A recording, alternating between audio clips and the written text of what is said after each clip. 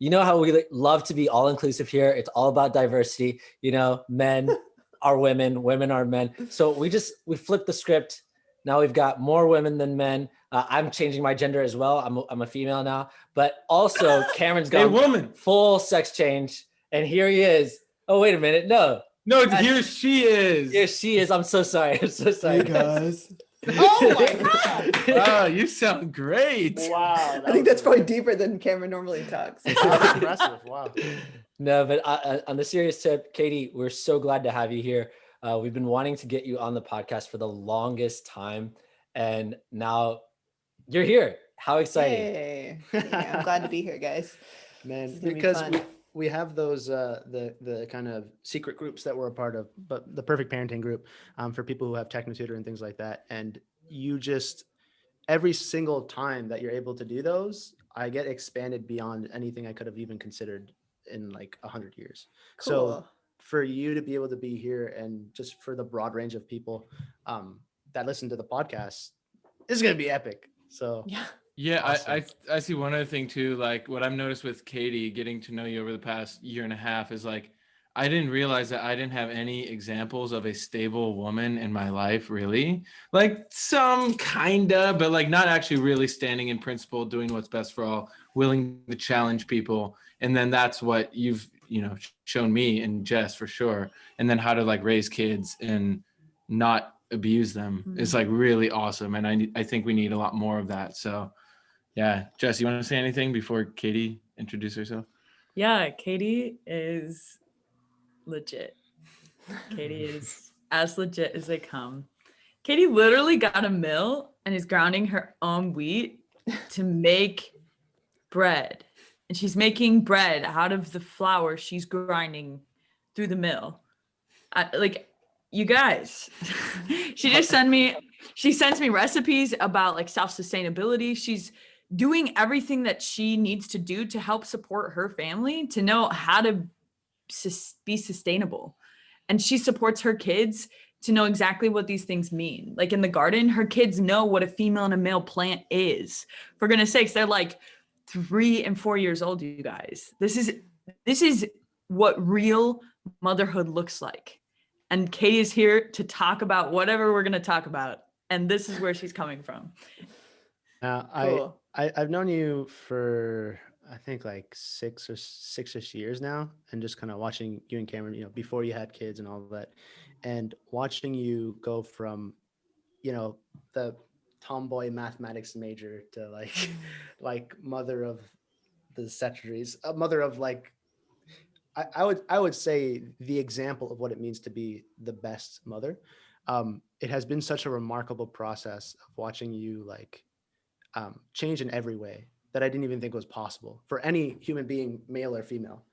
So tell us a little bit about just like the kind of overview of the story, and then get into what you want to talk about. Thanks for saying all that stuff. That's really nice. I'm like, oh,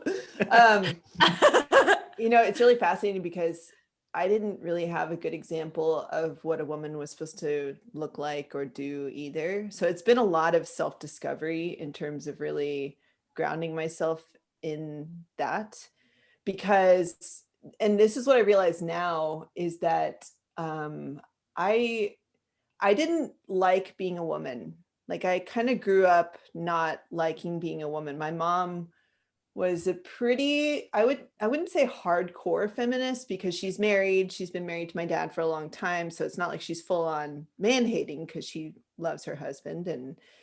But she always had this idea that like men were the root of all badness and evil in our world. So she would often tell me, in fact, I remember like even as a little kid being told, like, if we could put all the men to sleep for a year, we could change the world.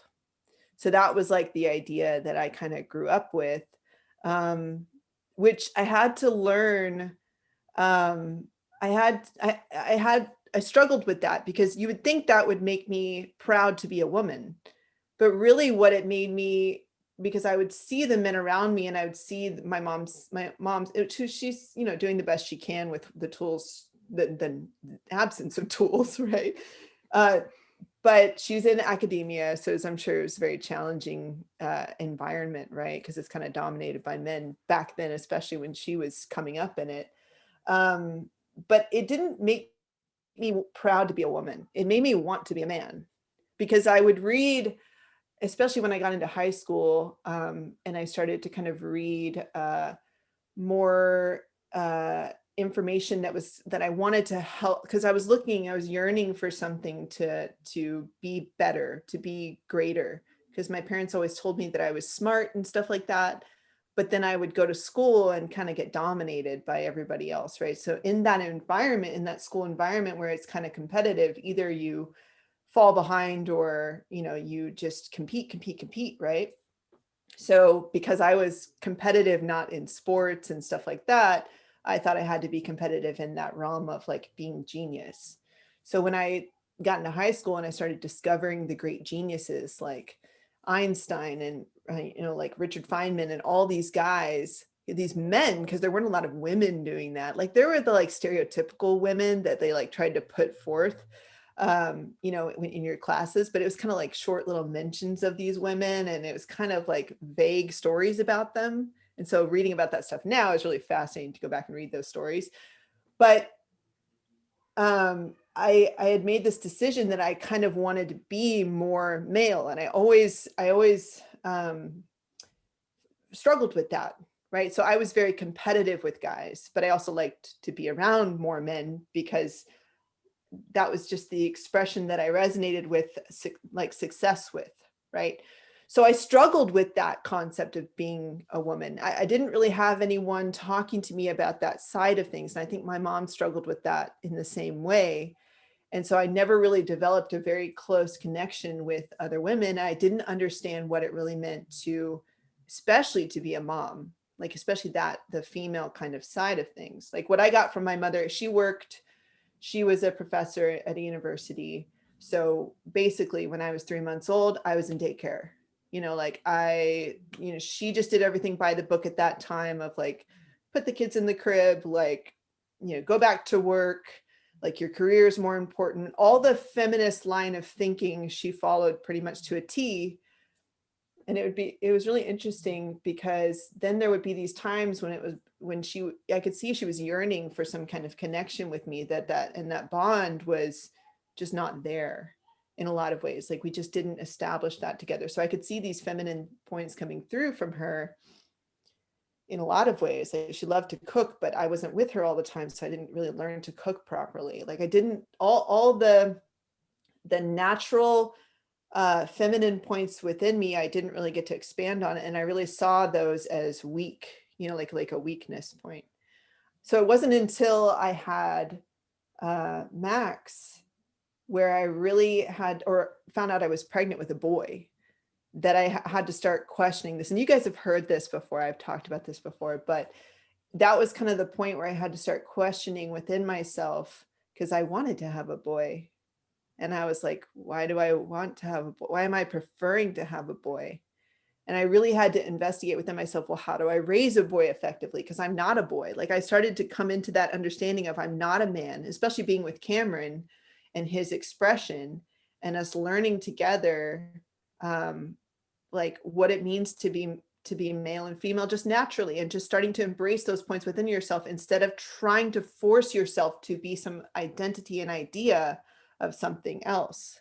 That's so interesting, because I think like today, if you were to express those feelings that you were just talking about, like people would say, oh, well, you were trans, you just didn't know it, Right.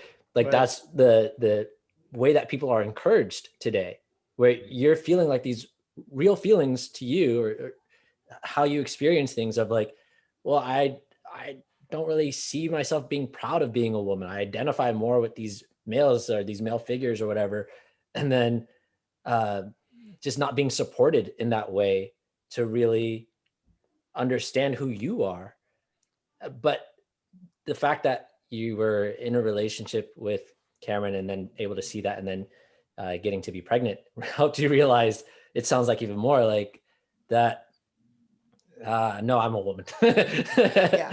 Right? It's funny, like Katie, I had like the exact opposite. I was like, oh, like everyone's always talking shit about men. Like, let me just hang with the girls. Yeah. Like, be more feminine. Like, don't try to.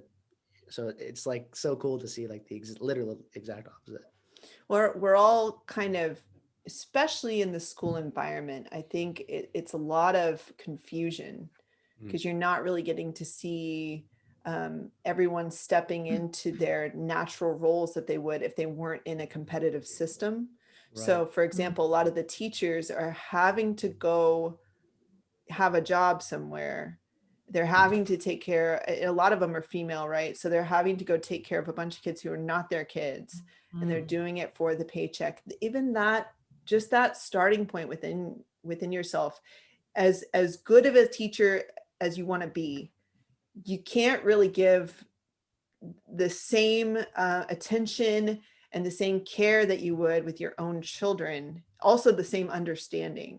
And I've talked about this in the parenting group, but it's like, I'm able to be different with my own kids because I also understand their programming. Like a lot of their programming is from my genetic line, Cameron's genetic line. So like I can see parts of my father in Max. I can see parts of my mother in Max, and I can support him with that part so that it doesn't become a neurotic behavior like they might have not been supported with. I can support him more effectively. But just to go back, like I kind of started to step into the female role, also, especially when we started Techno Tutor, because when Cam and I met, we were in college and we used to compete with each other a lot. Like it was very competitive, because we're also studying like higher mathematics. So it was just kind of like, that's the environment where you would compete with each other, right? And he's also very bright. He came from an elite university to my university, where I was kind of one of the, I wouldn't say top students, but I was doing pretty well. We had really small classes, so it's not, it sounds weird to say top student, but I was doing well in the classes, like the teachers liked me. And then here comes in this guy who's like really smart and just kind of dominates very easily. So it was really, you got to say, how did you guys meet? Oh, well, we were in class. I mean, we had a calculus class together. We had Cal 3 How together. why did you guys get to speak? Very first interaction. Oh, okay. So we're going to get real nerdy here. So I started a math club, and it was in the attic. So I was like working in our mathematics department, which is again a really small department. But so we had our department in one of these old houses, like a really old house that was on the university campus. And so I had my little office up there, and I was like, oh, I'm going to start a math club. And my professor was like, oh, of course, because I'm like tops, teacher's pet kind of style, right? They really liked me. My mom worked it was my mom's university. So of course I got it. Like I was like, oh yeah, make her the office worker there in your department. But I started a math club and I announced it to everybody. And it was in the attic of that building that I had like set up and cleaned and made all nice, right? And he was the only person who showed up. Like he was the only person who came, and I had done all this stuff to like prep and like this very feminine actual expression to like make signs and do all this stuff, right? And have cookies and all that stuff there. No way. Yeah. But he's the only guy, he was the only person to show up, which was really cool because I'd already noticed him in class, like really super smart, hardly ever talked, but like was really quick to give out an answer when all of us were kind of arguing over like different things, right? So we started doing, like through that, it was really easy for us to like get into studying together because we could kind of see, okay, we're kind of the more bright people in the classes. So, if we're going to study, we might as well study together, right?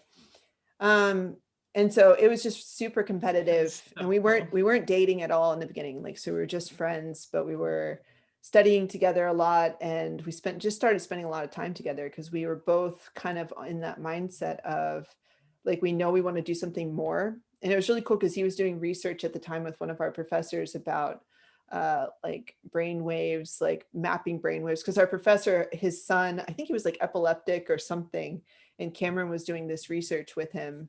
And then of course, none of the other students in our classes were doing any of that, like going beyond more, like that's something graduate level, right? But here he is undergraduate, like connecting and wanting more and doing more. So I found that really interesting. Like that kind of mapped and again, back in high school, I'd read all these great men. And then I started doing super good in math into high school because I was like, oh, all these guys are geniuses. All I have to be able to do is like read my textbooks and then I can do well in school. Like I had that epiphany, right? Like if I really practice and like clarify the things for myself in these textbooks, I can do really well. And I can prove it. Let me prove to myself, am I really that smart? Like, could I be like these guys? And so I just dominated in high school and then got here. But Cam really challenged that point within me of like thinking outside the box and trusting authority. So that was one of the first things that we had a lot of like arguments about, because I would like spout off something I'd read in a textbook and he'd be like, well, did you think about it this way? And we would just battle back and forth, right? To the point where I would cry because I'm like dealing with all that emotion and that, see, this is the problem with women trying to, I'm not saying women shouldn't learn mathematics. I love mathematics. It's great. But the way that you learn it in university and the way that you're taught to compete for grades and stuff like that is so meaningless and trivial, because Cam and I would have these discussions where when we weren't trying to do that side of things, we learned so much more than anyone else in our class, because we would be like really digging into what is the point of all this stuff that we're learning. But that when I would try to suppress my emotions, they would come out like even stronger, I noticed, in that environment. And Cam always had difficulty understanding, like, why are you crying right now?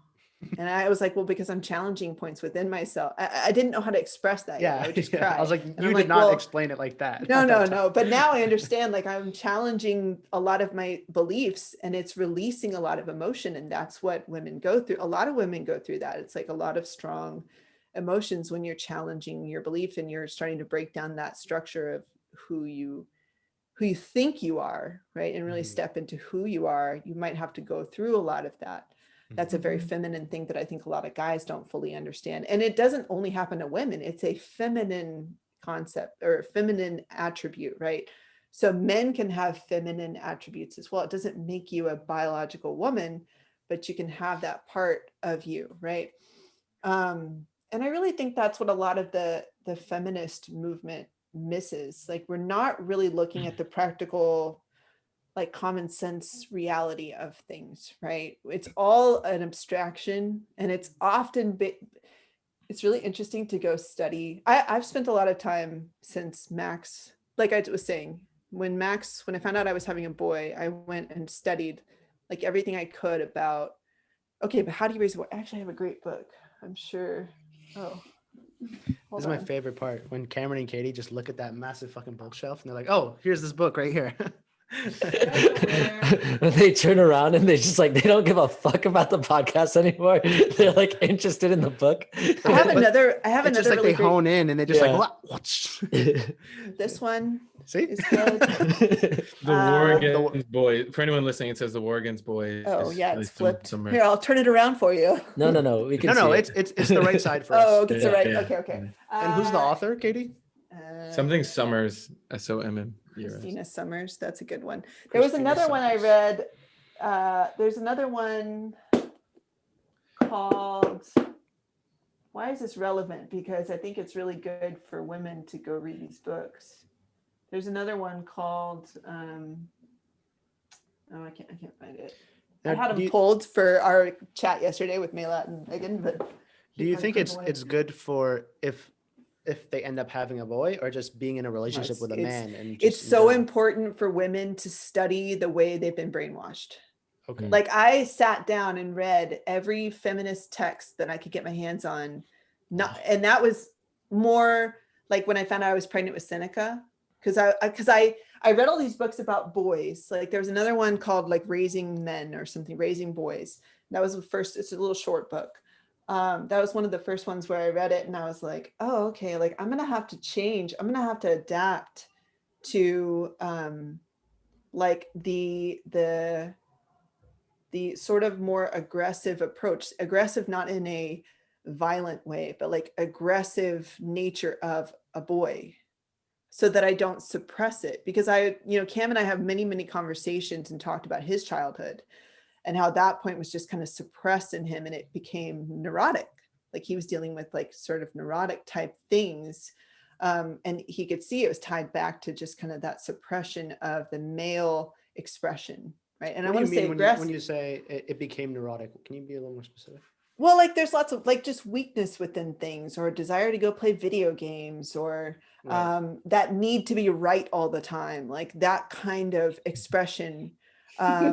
There's so many different ways, and it's probably a little bit, you can see it tweaked a little bit for each different guy. What were you guys laughing about? Oh, just that need to be right. Like I see that for sure within myself. And as a kid, like wanting to be expressive and like just like play rough and all that, and then just being told by adults all the time, like, hey, like calm down, like it's not time for that. Yeah. Like, you know, that point about needing to be right, I was talking to someone yesterday about this, about how like I enjoy being right a lot, and I was already, like you guys already know, like pretty intelligent within school and everything like that, and so always recognized as intelligent. And I'm noticing now with everything that's going on with like the coronavirus, all that, right? It's like now it's flipped, so that if you're a critical thinker or you were deemed intelligent before and you're questioning things, now it's like, no, now you're the retard according to, you know, society.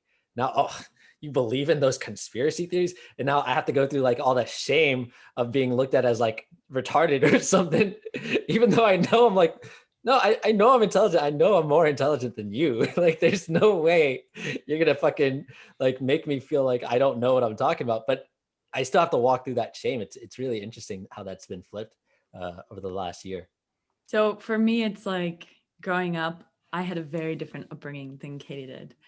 I grew up in a very male dominant environment. I grew up with 2 older brothers, a very like, my dad was very loud. He was very physical. He was very, you know, expressive and reactive in that sense. And so my mom took on the expression of almost like suppression. Like she didn't say anything about my dad being physical with us because like she was just kind of like, it's kind of crazy.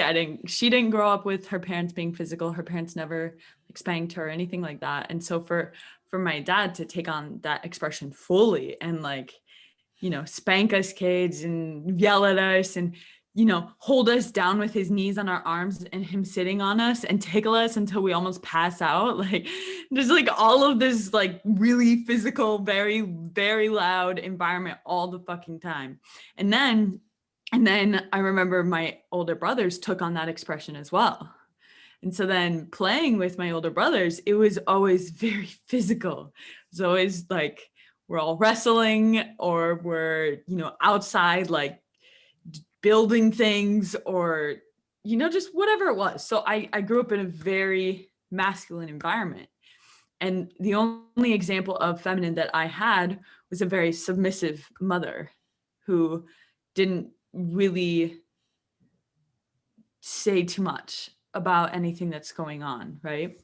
And so for me, I can see it throughout my life, I too really, I definitely was drawn more to the masculine expression. And so I got along so much easier with men. Like it just came so much naturally for me. I was like, oh, good. There's no drama here. Like we could just like punch it out and call it good. You know what I mean? I was like, this is awesome. Was that something, it's something where, that's such a good point. Like, cause I remember in 5th grade, the girls started, like all my kind of girlish type friends started liking boys. Mm-hmm. And I didn't understand that side of things, but I was like, I don't want to be dramatic with you guys anymore. And then I basically didn't have any female friends from that point on, because it was just like, I didn't like that side of things, the overly, and that was something I didn't like about my mother's expression too, because it was so suppressed that it would come out at home, like, because she couldn't do it at work, she had to do it at home.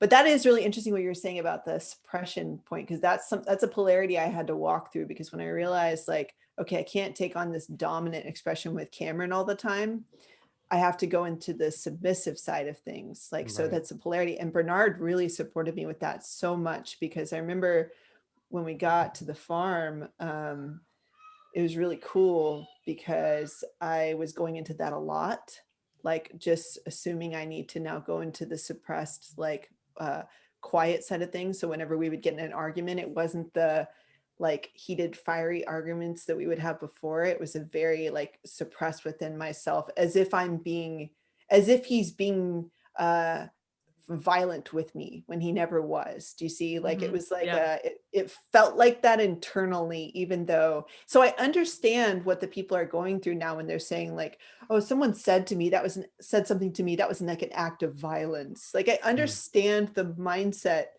of suppression that's going on within you when you think that, right? It's just an interesting polarity that's the opposite of the very aggressive expression, right? So we're playing into this whole like polarity of your mind, instead of it just tuning into what is the natural expression, the natural feminine expression, the natural male expression, and then being able to flow within them, but also understanding your own biology and understanding what, you know, fits naturally with you, right? And being able to flow like water, right? That was something Bernard also like emphasized a lot with us, was just being able to take on the expression that you need in a moment. And that's been really fun, because that's another thing that Cam is a lot more natural at giving the kids, is that roughness, right?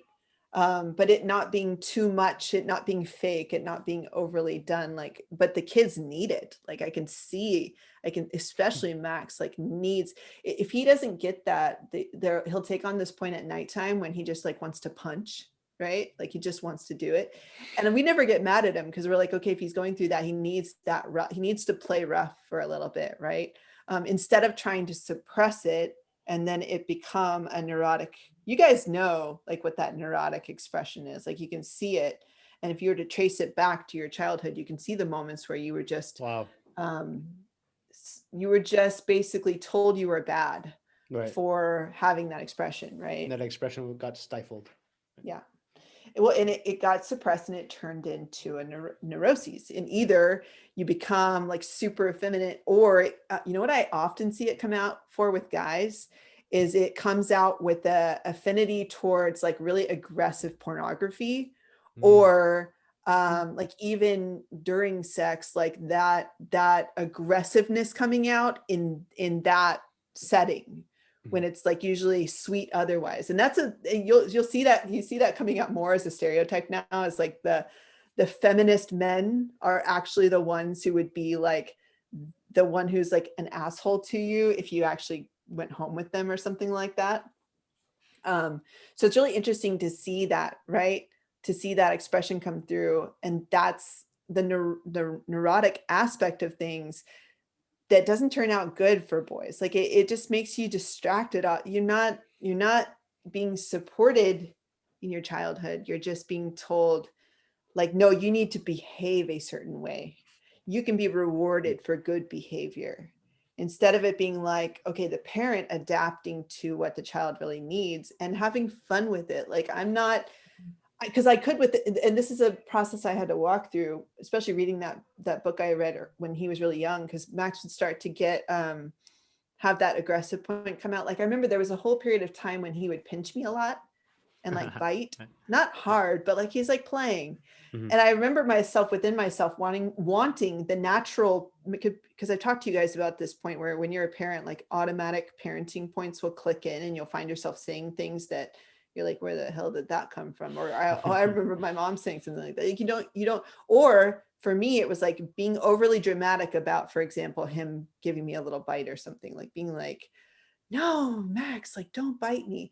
But wanting that to come up, but then realize, because I've been working with myself for a long time, I'm like realizing, okay, why am I having this big reaction to a tiny little kid giving me a little like teeth on my arm? Well, I'm wanting to teach him a lesson. Like I'm wanting to avoid him doing that to another kid or doing that to another parent and me being embarrassed and all that. So I'm like tracing it through all these, like this whole line of like thinking, and then having to shift myself in my expression so that I'm not just being frustrated with him. I'm not just getting angry with him.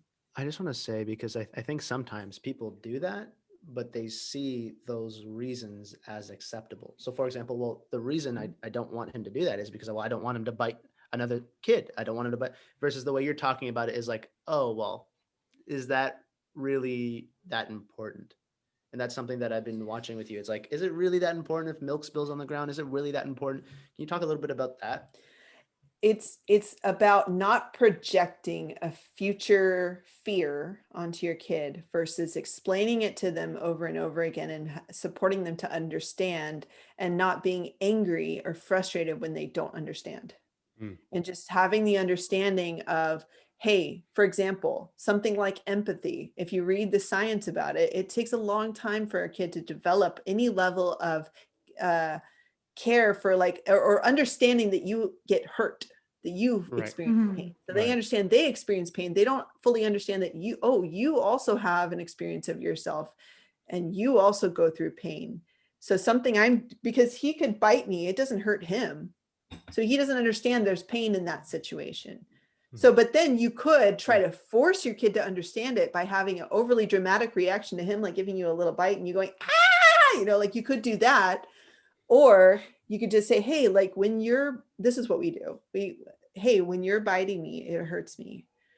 Can you bite yourself and give yourself a little bite so you can kind of see what it feels like, right? That's an example of one thing we do. And I'm not sitting there going, bite yourself. So it's like, okay. And then if he doesn't want to bite himself, okay, that's fine. And I just tell him again, like, hey, I don't want you to bite me. Like, I don't like that, especially if it actually was hurting me. And I'm like, do you need something now? Or are you just pretending with me? Because you can play bite me, like you can pretend, like we sometimes pretend to eat like plastic food or like they're little wood toys of food, like you go and that was something like where he would pinch me a lot. When he stopped nursing, he would want to pinch a lot. That was a big thing when he stopped nursing. That was just like a thing he was walking through, right? And you really have to support yourself to not get frustrated, to not turn it into something where I'm now mad all the time and complaining to everyone else that, oh, he's pinching me all the time. It's because it is a thing they walk through of like testing their environment and checking you and learning about pain. That takes time to walk through. Like Max is getting to that point now where he's really starting to fully understand it. Like, for example, if he hits Seneca, that she's going through pain, or or if he were to hit me or something like that, that we're going through pain. So if you want to play rough, for example, we need to have an agreement beforehand that we're going to play rough, or you have to have someone with you who wants to play rough in that moment, right? And it's been cool also talking him through the understanding of like the way girls play versus the way boys play. See, I think this is being glossed over so much in our society right now, where we just want to make everyone the same. So really what we're doing is we're trying to suppress boys' aggression and make it so that they play with girls the same way girls play. But if you watch girls and boys play, they play a little bit differently. Although Seneca and Max play a lot of the same stuff together, there's a level of the rough play that she really enjoys. And then there's a point where it goes too far. And I understand that as a woman, like when it goes too far, then Max can take it really far and not mind too much. So it's been cool to support him to understand and to play with her and to understand his own strength. Like there's so much of that we're explaining over a long period of time and not expecting it to click in a single moment, like not trying to force it an understanding in a single moment, which is why parents spank. They're trying to get a quick result and they do it through trauma of like, don't touch the hot stove, I'll spank you. Mm-hmm. And so the kid now is accessing that trauma every time they come near the stove, right? Mm-hmm. So instead of doing that, we have to walk through lots of situations where like Max might keep pinching me or keep biting me when he was little. He doesn't do it anymore. But we had to walk through me consistently, patiently reminding him that that's something that hurts. And I've had to walk through the same process with Seneca. That thing is not different between boys and girls as far as I can tell. It might differ from child to child a bit. That reminds me. It's interesting because that is something that Mitchell and I are walking through as well, because So we weren't. Mitch pinches Jess, and then No. So like, so I easily go into the dominant expression because I grew up around it so easily. Like if I ever get super amped about something, I'm like cutthroat. I'm like, this is how it is. You just need to get it. And I'm like so direct, and I'm not empathizing whatsoever with, and not like taking into consideration where anyone else is at. I'm just like, ugh. And Mitchell's like, that's not life-giving. That doesn't support me. And so we've been walking through this point of him supporting me to be like self-aware and fluid in my expression, to be able to support him in the best way. And he just talks about how like the best way is nurturing, honestly, like from her to me in specific yes, and context, not yes, from me supporting him, not I'm fluid in my expression now. Also, we're playing with like how to interact at the meetups we put on, how to interact when we host people at the home, how to interact, when we are office recruiting. Like there's different areas where we're working on this point. Right. Because over the board in all situations, when we first met, I was a very direct masculine like expression for sure. And now he has supported me to become even more aware, and I've supported myself to become even more aware of that expression and when to take on which expression. And just like the most important one has been to best know how to support him, just because like we're in the same environment all the time. Right. And we're like working on building all this stuff together. And so that's like been the first priority within realizing the best expression and like best time to take on that expression. And so that has been really interesting for me, because at first I was like, I'm being suppressed because I don't get to go into my natural expression, which I thought was like this masculine thing. But in reality, that was just like the only one that really developed, Right. because that's what I was around all the time. So of course it's easier, because that like neural pathway or that pattern held inside my body physically has been run so many times, like thousands of times. But that nurturing, first of all, I really didn't have like anybody who truly embodied that expression anyways growing up. So then for me to not really have a good example of it, and I didn't really go into that expression, it's like almost a new thing, I mean, my mom definitely was gentle, and my mom was definitely nurturing to an extent, but she also was dealing with her own stuff. She was pretty anxious, and she was like a total empath. Like she cut hair, and she would take on all the people's hair that she cut, like their problems, their life, like she would be like their therapist. And so she'd come home and like, she then would take care of the kids, and I saw her not taking the time for herself. And so it'd get built up inside of her. And like at different moments, I'd see like her having tears in her eyes, and I'd just be like, Mom, like, what's wrong? And I just remember her saying, oh, I'm okay. Just I'm okay. And just like keeps going, And so it wasn't like I never saw an example of like self-nurturing. So it didn't really come out as like fully embodying nurturing when she nurtured us kids. And so that now has been so interesting for me to like embody nurturing. And I'd love to hear from you, like you observing that. Well, that's what's so cool. So about self-perfection is like not accepting limitation within yourself and to have a relationship based in that. Because now I can bring up something like that to Jess of like, hey, when you're, telling me what you think I should do, it's like, I'm just not like, I don't want to listen to you right now. But I also have to look at within myself of like, what bullshit am I allowing? Yeah. It's like, okay, if someone's just being direct with me, especially a woman, it brings me back to like elementary school and having some teacher tell me what to do. And I'm like, fuck you, I don't want to do that. So I have to look at myself like, okay, what she's telling me is like, I see how it's valuable. But then I'm like, hey, Jess, like, you realize if you were to just ask that in the form of a question or like a little different, I'd receive it better. However, do your thing. Yeah, you guys will get really good too at at reading each other and not needing to take on like because it took me a long time to settle into like not faking certain expressions or not trying to get something from Cameron. And so now it's like when both of us are more fluid in our expressions, which it took him time to do too. It took him time to get through the point of not wanting to always be right or not needing to always take on that tone with me, right? Where we need to then go into something where we're creating a reaction within each other. So now it's like if something he can handle me taking on a more aggressive tone with him, if I can see it's needed in that moment, I can read him a lot better. And that's something you'll develop so that you can work with other people as well, is that ability to read what sort of expression is going to support them or trigger something within them too, so that it becomes more about what the other person needs and less about like, this is who I am, I'm going to express myself this way. Like I can take on the tone that is needed for you in that moment.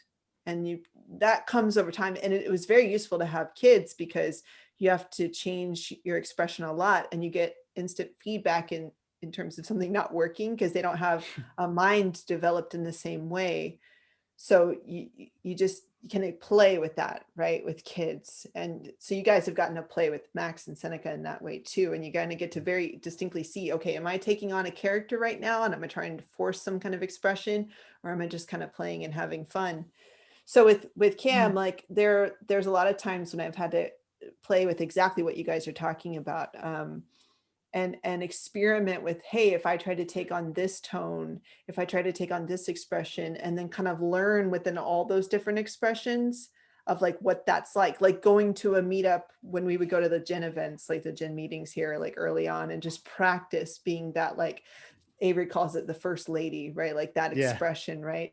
And then also practice like, talking in whatever way was needed in that moment. So just really playing with that. And so with Cam, it's, early on in our relationship, yeah, he did need me to take on a particular tone for him to listen, but now we can play with that a lot more. So I can express something you guys have heard me talk to each one of you individually. Like I'm not always like nice and sweet and like whatever, right? So can confirm. So especially Kian's not here, but he knows that very well. Yeah, I love it. Actually, one of his first interactions with you was walking on the streets of New Orleans, right? And you had Max at the time. Man, that was a big baby. Oh my god! But it was like, hey, how's it going? Cool. When are you getting a girlfriend? It's like, it was like really direct. And the point was, I think one of the most fascinating points that we're probably going to talk more is like me being able to watch you directly develop femininity, like go into femininity and not conforming to it. You're adding it to yourself. Yeah. And so I watch you just go in, and like when we were at your place, right? You're like, you just saw what I needed and gave me that, or gave me this. A lot of it had to do with not resisting femininity. And again, a lot of that I've gained through, like every woman should go look on Google all the major original feminist texts, like where all of our feminist theory comes from, and go read them. Like go read Betty Friedan, go read Gloria Steinem, go read these women who have now like sort of shaped this whole societal push towards social justice, because they kind of came out of the whole like civil rights movement, which, and here's the thing, I don't disagree with everything that they say in these books. But it was such a mind-blowing point for me to go read these texts from what I know in Destiny, from what I know with what we're doing with Techno Tutor, and from everything you guys talk about in Self-Perfected, now that you're kind of like exposing to people. I would suggest women go read the feminine mystique, like see for yourself, or go listen to these women talk. I watched a great interview yesterday about, or with Betty Friedan, who wrote Feminine Mystique. She was kind of like one of the Gloria Steinem. You know who any of these people are? No, I've like, heard of all of them, but I haven't any read them. single one. No. Okay, Gloria Steinem, like they just made a Netflix Spell it. or You gotta spell the Steinem. last You name. go look it up. Go look it up. Go look it up. Feminism, so- Gloria Steinem. Got it. They made some kind of new Very cool. show about them, about these women, Phyllis Schlafly or Schlafly, I don't know how to pronounce her last name, but Gloria Steinem and Betty Friedan. These are kind of like the original women. Phyllis Schlafly was on the other side of things, like the conservative, like anti-feminist side of things. She sounds like a French dish. Like She sounds like she should be a chef. But like these Yeah, these exactly. feminist concepts were born out of this very oppressive state of women. Like I mean that is true. Like the oppressive environment for women is not best. Okay, it's not best for women not to have like an equal right to vote, I would say. It's not right for women to not get access to the healthcare that they need. It's not necessary for women to like, you know, not ever go into science or music or all these kinds of environments, right? And I think that the problem is that the feminist movement is kind of born from a lot of, especially these women, if you go investigate their lives, especially Gloria Steinem. I saw an interview with Oprah yesterday where she's talking about her childhood, and basically her mother and dad lived in a traveling Circus. why am I blinking? No, not traveling circus. Like an RV. They lived in an RV, like a camper, because he was an antique dealer and he drove around the country. And basically her mom had a psychotic break when she was 34 before Gloria Steinem was born. And this was back in probably the 50s, 60s, right? So she had a psychotic break, had a kid, and then was basically kind of like a crazy mom, like crazy psycho mom. And then her dad left her mom when she was like, I don't know, like 8 or something, or around there. And so she lived with her mom from then on, and her dad went off and had another family. Wow. Right? So basically they were financially unstable. Okay. Her mom was kind of like dealing with a lot of craziness within her. And she's growing up in that environment. And she says it made her think that women are not supported, especially after her mom and dad got divorced, because her mom didn't get access to the things that she needed to. From her perspective, this is from a child's perspective, and the mom probably saying the government's not giving me what I need, or I'm not getting what I need from your dad. And you can imagine what the mom is saying behind the dad's back when he's not there, and even what they were arguing about in the home. Yeah. And this is like one of the leaders of the current modern feminist movement. And everybody looks up to her. Everyone agrees with her, right? She's the leader of this, of everything that's going on. And this is her childhood, and no one's questioning that. In fact, she had this discussion with Oprah where Oprah's like, okay, open up about your childhood. And she kind of gives a little tidbits. And then she just is like, but my mom loved me. And I really felt that. And she was even saying to Oprah, I don't think you got that as a kid, did you? Like that love, right? And she was like, my mom loved me. So it's like, What? Wow, just glossed over. It's not to say she should be angry at her parents, but why aren't we sitting down and looking at, okay, instead of dealing with these women who are all a little bit crazy, like Betty Friedan divorced her husband, and another one that's like, I really like her. I think she's cool. Camille Paglia. She's written some cool stuff. She's also very crazy. If you go and listen to her talk, she just didn't have any good relationships with men either. Like that's why she thinks she aligns more with the male expression, right? She's not really getting any of that feminine expression either. So the problem is we're not really understanding femininity at all. We're not understanding masculinity. We're seeing them as bad. And you notice Gloria Steinem kind of takes on that male expression. I was gonna say, as you're describing this, I'm thinking it's not like you're saying feminism, right? It's the feminism movement, but it's within the woman, the masculine movement in the woman that's wanting to like dominate others. So it's actually a masculinity movement. Yeah. It's really interesting. And I really see that's why we're stepping into the transgender stuff, because it's like you're not really getting to the root of who you are biologically. You're not really getting to the root of what is the male and female expression. A lot of us aren't being supported effectively when we're really young. Our parents are not being supported effectively to parent us effectively because we're in an economic system that puts them under constant stress, constant competition with each other. So it's the whole system is not supportive, and yet we're taking these situations and trying to treat the symptoms of something, trying to put band-aids on things instead of going and looking at the root. And that's why, again, I recommend women go and read this stuff and then learn about these people and then ask yourself, who do I listen to? Because I had to do that. I had to be like, wow, there's so many parts of my identity that I identify with feminism that I didn't even know I did. I didn't even fully get it. Like, for example, the idea that Cam should, I want to do a video called Why I Don't Make Him Do the Dishes. And it's like, why, because that's a point, like he should equally clean the house, right? Because I realized this feminist programming is this idea that unpaid work is less than a woman's full potential. And whether or not she works or whether she stays at home or whatever, he should do equal work in the house.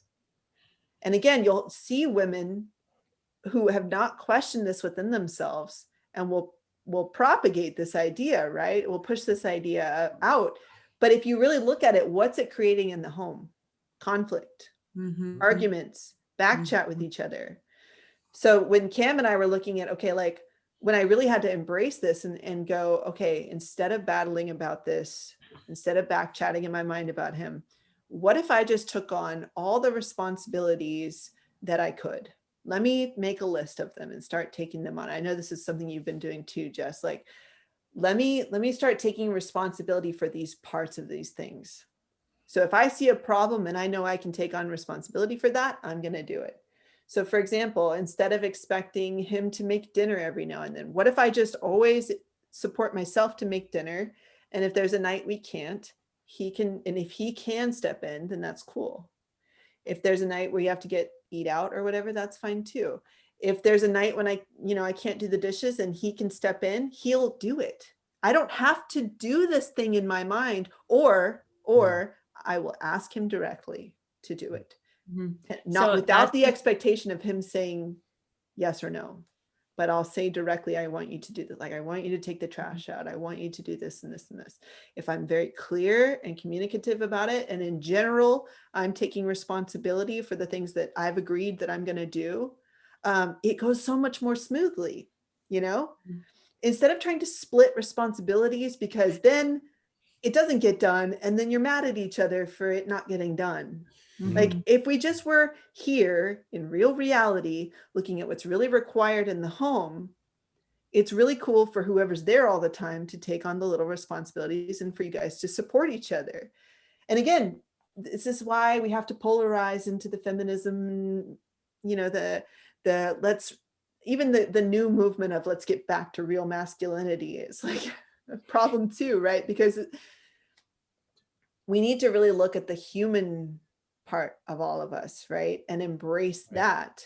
And I know for myself, when I take on, especially being with the kids all the time, there's a level where you have to really support yourself to not be in your mind. Where with you got like with Cam and you guys, I know you need to go like work with people's minds all day, right? But my kids don't have that mind developed in the same way. So with them, I have to make sure I'm supporting mine to not run amok. I need to be here with them really physically because they're totally here in the physical, right? If I'm off in my mind thinking about stuff, I'll miss something where I didn't read something effectively about their environment or about what they're walking through. And maybe Seneca might have sort of like a little meltdown or something like that. And it's like, oh, it's because like she needs a nap, or, oh, it's because she needs food and she doesn't know how to communicate that fully to me yet. Right. But if I'm not in my mind and I'm just here with them, I can start to see it. I can start to see, happening. Hey, I need to step in and support something here. Right.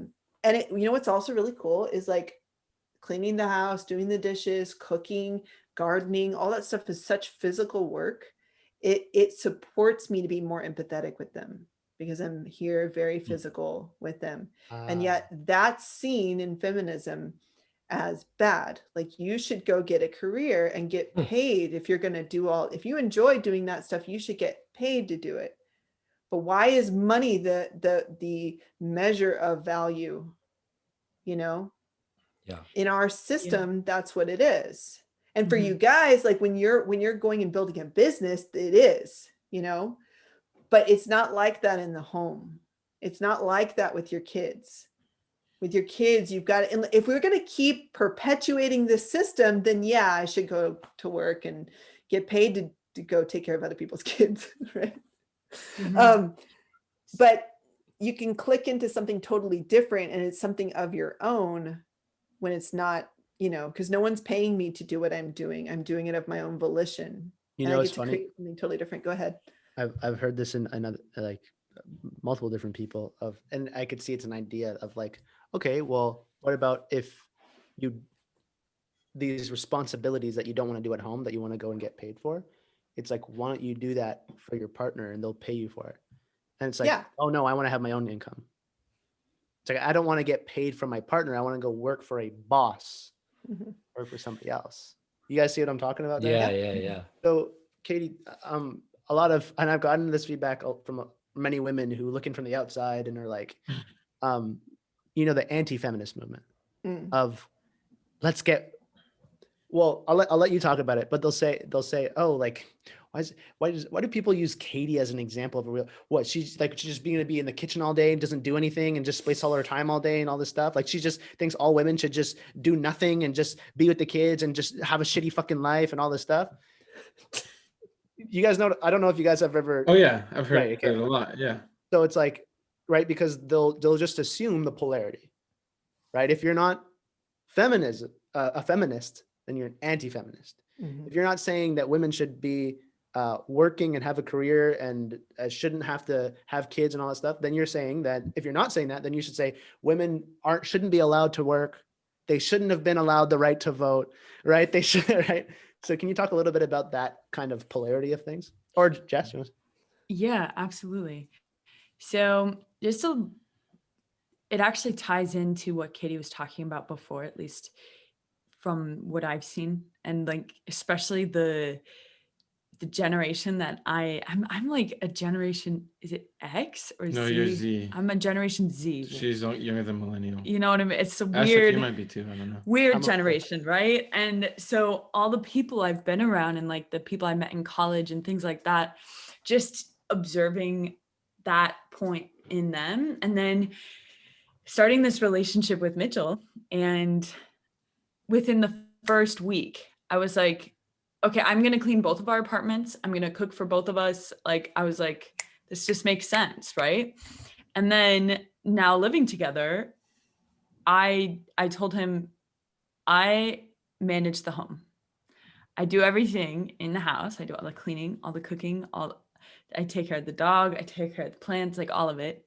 And I'll delegate when need be. And we'll have a good system, and I'll communicate, and I'll let you know if I need you to do something. Or sometimes he's out on his evening walk and he notices I haven't taken the trash to the end of the driveway, and he goes and does it for me. Or sometimes he is in between things at the end of the day and he sees there's some dishes and he's like, oh, I'll just do those quick.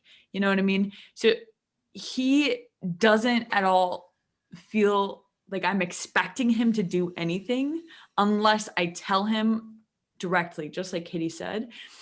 But for the first few weeks, I felt as though I was like invaluable. I wasn't adding real value to the relationship. And I had to investigate and really look at that point, because there was also people commenting on my social media saying, oh, he's got you whipped. You know, you're his little housewife. You just listen to whatever he wants you to do, like all this stuff. And I'm just thinking to myself, I did this all, like you were saying, Katie, on my own volition. Like, I directed myself to do this. He never even asked me to do it. Like, that first week when we first started this relationship, I was like, okay, I'm going to come over and clean. Like, I started making twice as much food. Like, it was not at all him wanting me to do it. I just saw it was necessary. And then, like I said, going back to those first few weeks, I actually had points I had to walk through, because I still, even though I had much less feminist programming than Katie did, I still had that point of like, I'm not bringing money into the relationship. Like me cleaning and me cooking and me, organizing and whatever else I'm up to, right? Like that isn't like bringing in money. And so then I associated that with value. And I had to really, really, really look at that point, because it's one thing to be a feminist and it's one thing to be anti-feminist, but then there's a balance in between where it's like, no, you just correctly define value and what the action, like what is the action of bringing value? And that is cleaning, that is cooking, that is growing a garden. Like all of that is adding so much value to our relationship. That's adding value to everybody in our environment. That's adding value to his business, his ability to focus on his business, his ability to grow the business, all of that. And so I think that's the biggest point, is like the rest of the world isn't redefining the word value. They're only looking at the polarity of feminist and anti-feminist. They aren't aware that there's like words in there that they've just defined in a way that's not even supporting a relationship, if that makes sense. Yeah, that's a really great point. Because I'm just thinking about it from the perspective of like, I'm gonna have to pay to get all that stuff done anyway, So like, okay, you're bringing in money. Yeah, you're bringing in money, great, but that money's going right back to those things that we could be doing for ourselves, and actually like putting ourselves into, putting our love and our our value into, Yeah, because like my food that I make, we prefer over any other food. Yeah, even Sure. like, Yeah, we same love thing Thai here. food, and it's even better than the Thai restaurant. Yeah. You'll have to teach me how to cook Thai food. I gotta learn. I mean, I definitely just, I can see through doing Techno Tutor, it has supported me to actually read the recipes, to actually know like, this is what is necessary to be done. That's funny. Instead of just like looking at the ingredients and just like putting it together the way I want it to be put together. Like it's like, no, let's read I think we brought this on up on another podcast where it's like, no, go back and read the article that the person wrote about the recipe, so you understand like why you're doing these things. What is it like actually physically doing to develop bread? Like what is the yeast doing? Like why do you let it sit for this long until it does just like each individual step in the process, I think is like the most valuable thing when cooking. But when you can intimately get to know that about the things you're making, you also, it's like each individual step that you tweak it in this one specific way, and it just makes it that much better. It's like you're putting personal like effort and work into this thing. Like also there's a point of like, my physical body is touching this food. And so there's like a lot of different things that I see are just adding to the value of the food that we make here at the house that comes out when you eat it and when you digest it and everything like that. And so yeah, it's like next level to have all homemade food. And when he can create the space that you have time to learn new things to cook, because it takes time. It takes so much time, you guys, because if you've never made bread before, oh my gosh. I just spent an hour this morning grinding flour.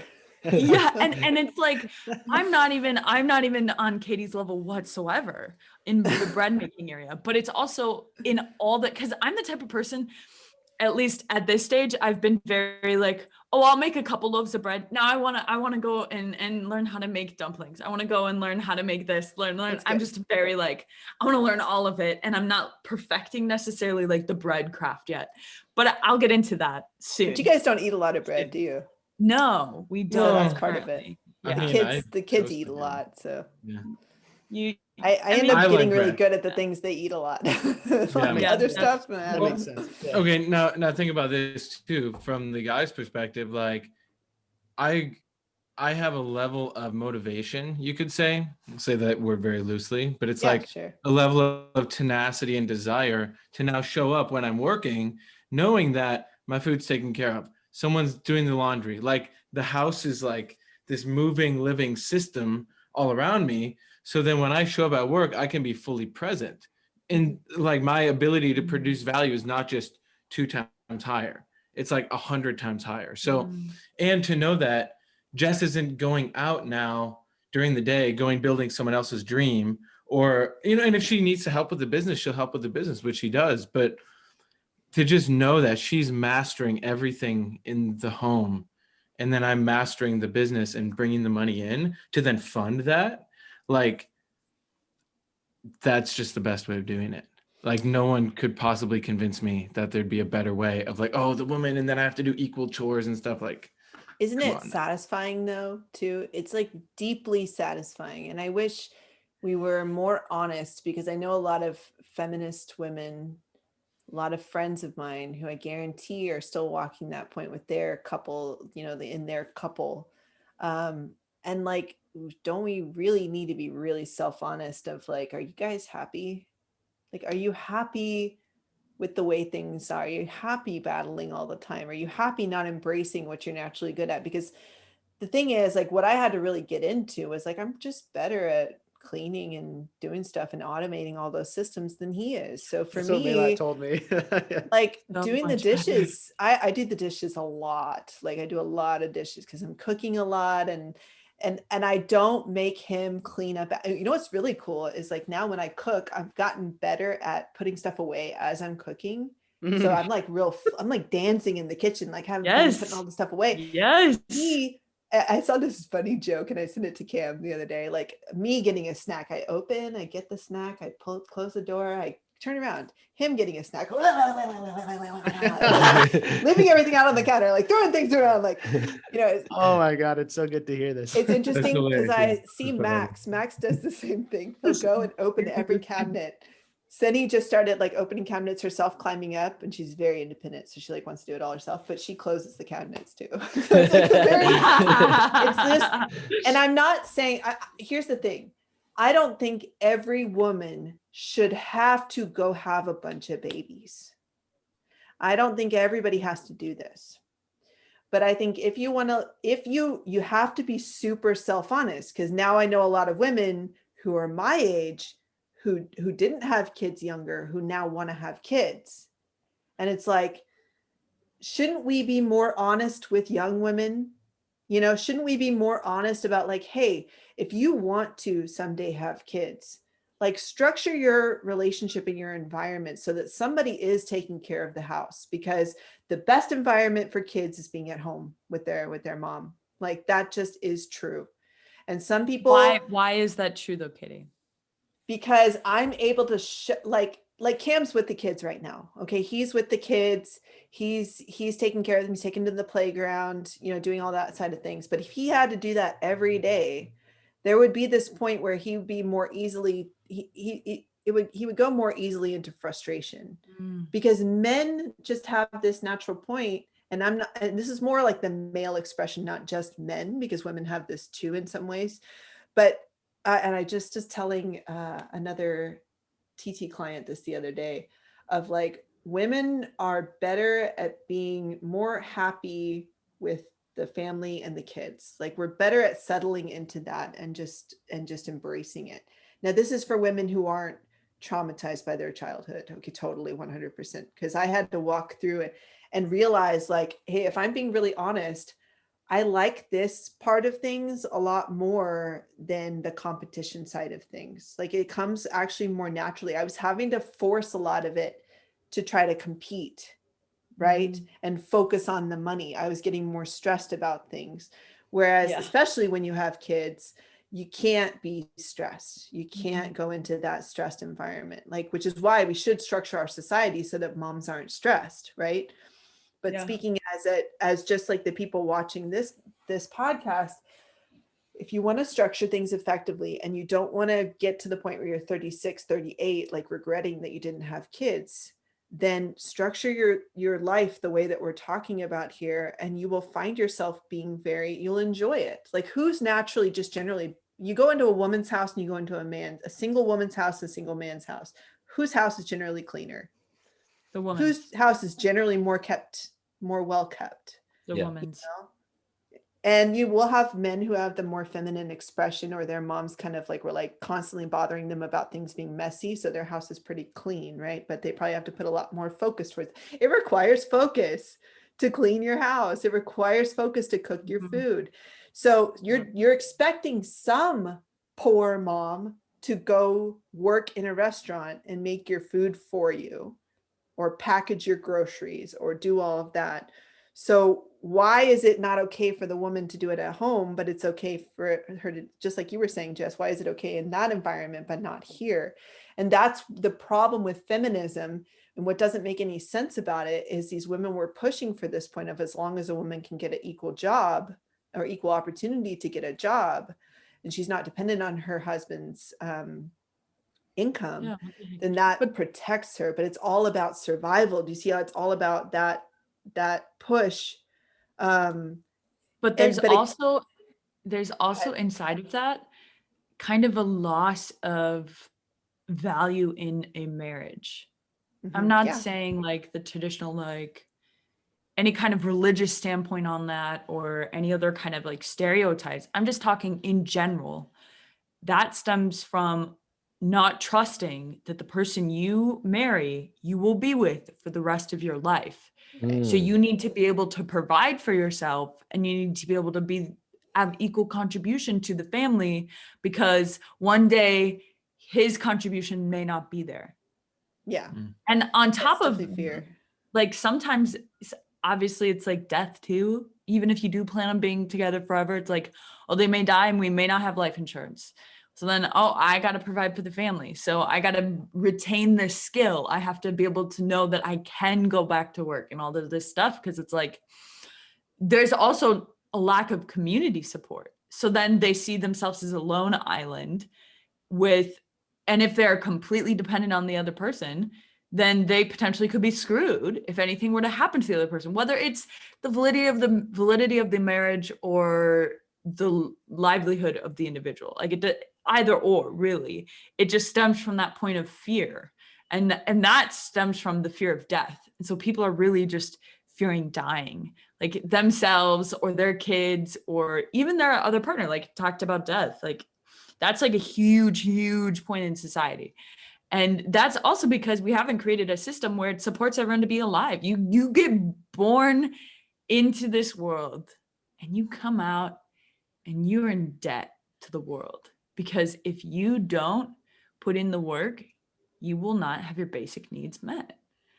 And so there's until we have a system that does that, everyone's going to have this underlying fear of death, and it will be very uncomfortable for some people to take on this role, and for some people to put that much dependency on other people, because ever since they were a child, they've been programmed with, they have to fend for themselves. They have to provide for themselves, or they will not live. And the men nowadays especially are really weak and just like fucked up straight up. And so it's like the bar is really low. So I can see why women would be like, well, I don't need a man. Like, I'll be fine. But in reality, like, no, you just need to get yourself a man who's part of Self-Perfected, who actually understands principles and is willing to enter a real agreement, a real relationship where they stand for principles with no back door. Because how much, like, for real, like, people listening, if you're in a relationship, or the last relationship where you were in, did you allow a back door in your mind of like, well, what if it doesn't work out? I could do this and this. Because if you allow that back door, your mind will find a way to fuck everything. And so that's like a real commitment's required though. And that's why, I mean, it just makes sense. Like why Jess and I started our relationship based on an agreement and within principles, with the understanding, if we're going to do this, we're going to do this for life. So like, let's go. Literally day one of our relationship. And it's the most life-giving thing. Day one of our relationship, one of the things in there was like, we're going to get married. We're going to have kids together. Raise them with principles. Like all of that was in there. All of that. Because we knew if we were going to be in a relationship, we were going to do it. We were going to set up an agreement. We were going to have principles we lived by. We had like a goal, a similar goal in alignment with what kind of impact we wanted to create. and we knew which vehicle we wanted to take to get there, in like a very general vehicle. Obviously techno to her, but well, obvious to us. And we just did it. And I have never been so certain about anything in my entire life. And that certainty and that agreement and those principles have set us up to succeed, because our 1-year relationship anniversary is until April, you guys. In less than a year, we have created an empire. We have done so much because we've been able to support each other with this process and support each other with these principles and just move through everything so much faster. Like, we experience time differently than we ever have before. And we don't let what societal norms of what you're supposed to do in a relationship affect how we live out our expression in our relationship, because we aren't trying to do what the current system in place is doing in a relationship, like abusing your children and not creating, a self-sustainable living situation, or changing the political system that's in place, or, making sure everybody's needs are met and ending child abuse and slavery. Like, not a lot of people in their relationships have those as their like goals and things that they're built on. And so to have that, we just knew our relationship is going to look very differently. And so that's why we were so ready to say, okay, day one, we're doing this. And it's been pretty awesome. Yeah. So now at it's this cool. It's point, been cool to watch. oh, Mitch, go Yeah. ahead. Well, I just want to say it's so cool too, because within the self-perfected community, we're seeing more and more younger couples getting together and standing in principle too. It's like, yes. I know, it's so Yes. cool. So cool. Love it. Also, those magic cups are so next level. I haven't gotten one yet, but every Yeah, time that looks someone good, posts about it, I'm like, this is so cool. Because correct me if I'm wrong, but it turns white where the liquid is hot. Exactly. Yes. And so the self-perfected you can't see until you pour hot liquid into Exactly. it. It just looks like this, the whole mug. And it's still available on our website currently. I got some cold hands here. Oh, Is it still available on our site? I can't remember. I'm which not coffee sure, mug to we be have up honest, there. but you'd have to go. Yeah, if you're Okay. listening, go check. Yeah, it you'll have out. to check. Now, here's a good time to say, please, if you made it this far, like, subscribe, share, you bastards. Very smash that important. like button. Yeah. Smash that like button. Turn on the Like that. notifications. Tune in every week to the Self-Perfected podcast. So- Also, enjoy our free resources on our website at www.self-perfected.com, where you'll find our principles and multiple different resources for you to plug into. Also, join the Facebook group. Next level. Okay, That is next exciting. level, you guys. Yeah, I agree. If you haven't realized it yet, and you're single, and you're in self-perfected, okay, the solution to everything is expanding your network. The solution to your money problems is expanding your network. The solution to your relationship problems is expanding your network. The solution to your purpose problems is expanding your network. The reason why I've been able to make the progress that I've made and become certain and enter into a relationship where we can, have these, for example, responsibilities laid out where it's like, okay, she takes care of that. She just wants me, in terms of housework, she just wants me to take out the trash. Okay, cool, no problem. Like, and not feeling guilty the entire time because I feel like I'm supposed to be doing half.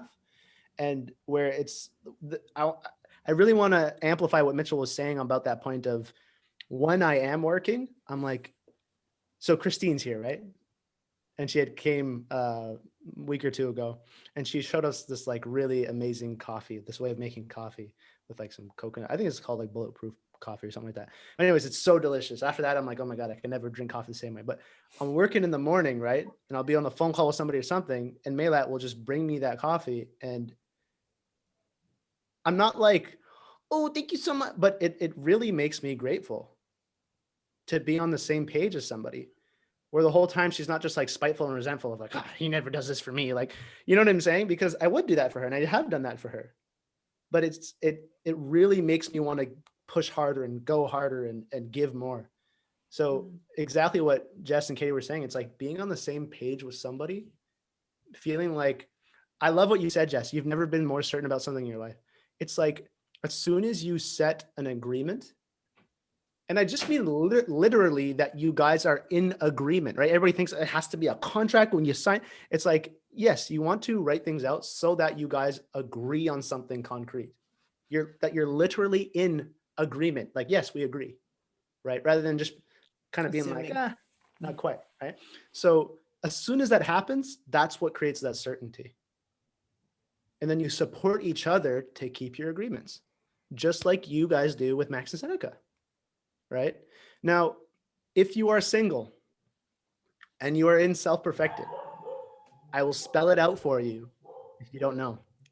If you want to get into a relationship, all you have to do is, if you're a woman, choose the 5-10 guys that you're interested in, show them the group, and you'll weed out a couple by who's willing to answer the questions, because that has a way. Those questions are specifically designed to kind of poke at your ego.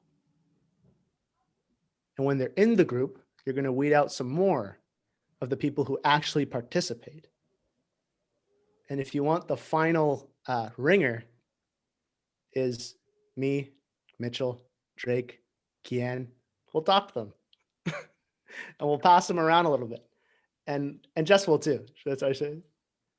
Or you could get in a relationship with Drake.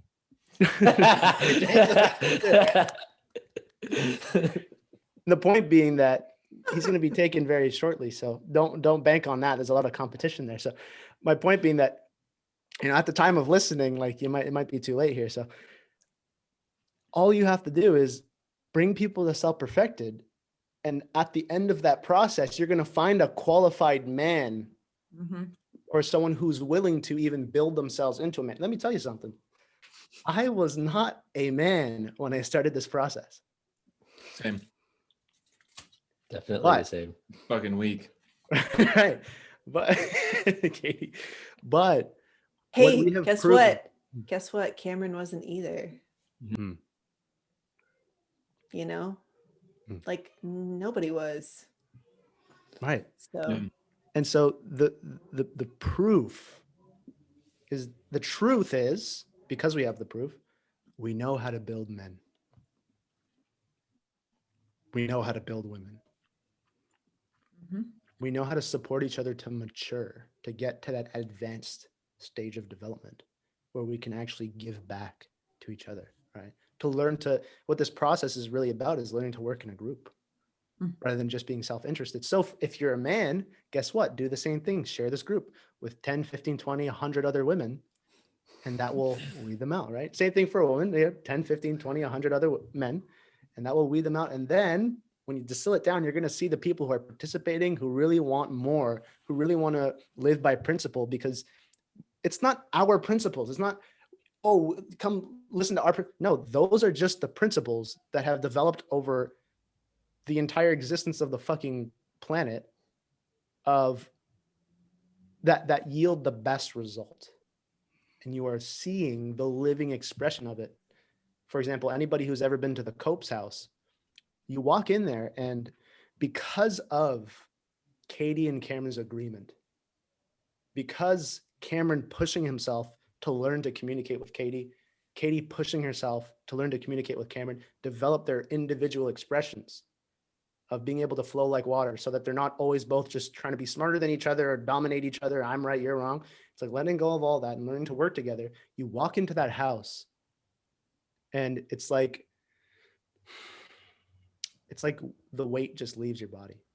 And you're like, wait, I could just be myself? And it's like confusing. It doesn't compute. So you try to play a character for a bit, and then you're like, oh, wait, I don't have to do that. It doesn't make sense. But the character doesn't work very well, does it? It doesn't. Right? It'll disappear over time somehow. You get called out. You get called out. I really want to emphasize something you just said. And it wasn't really what you were talking, the main point of what you're saying, but it was one little thing that you mentioned. And a person's ability to effectively navigate existing in a group is what society has been lacking for a very long time. And that is why the world is in the state that it's in. It's because the world doesn't know how to effectively exist together. And that is what we're correcting. That is what we're supporting with this group. We're supporting people to realize it is vital that we come together with a common purpose, because the world is abusive and neglected. We have created the polarities that exist and the major separation that exists because of this exact point. We have been programmed to see the other political side as the enemies. We have been programmed to see, the feminists have been programmed to see men as horrible. The masculine expression is horrible. We've been just, and it is such a big, it's such a big energy point too, because it then creates a negative and a positive polarity. It then creates a character you get to attach to and to completely, be a part of. So then you're a part of this polarity. But instead, we propose this. Instead of going into polarities, let's come. And it's not a middle ground. It's actually just existing with what is here.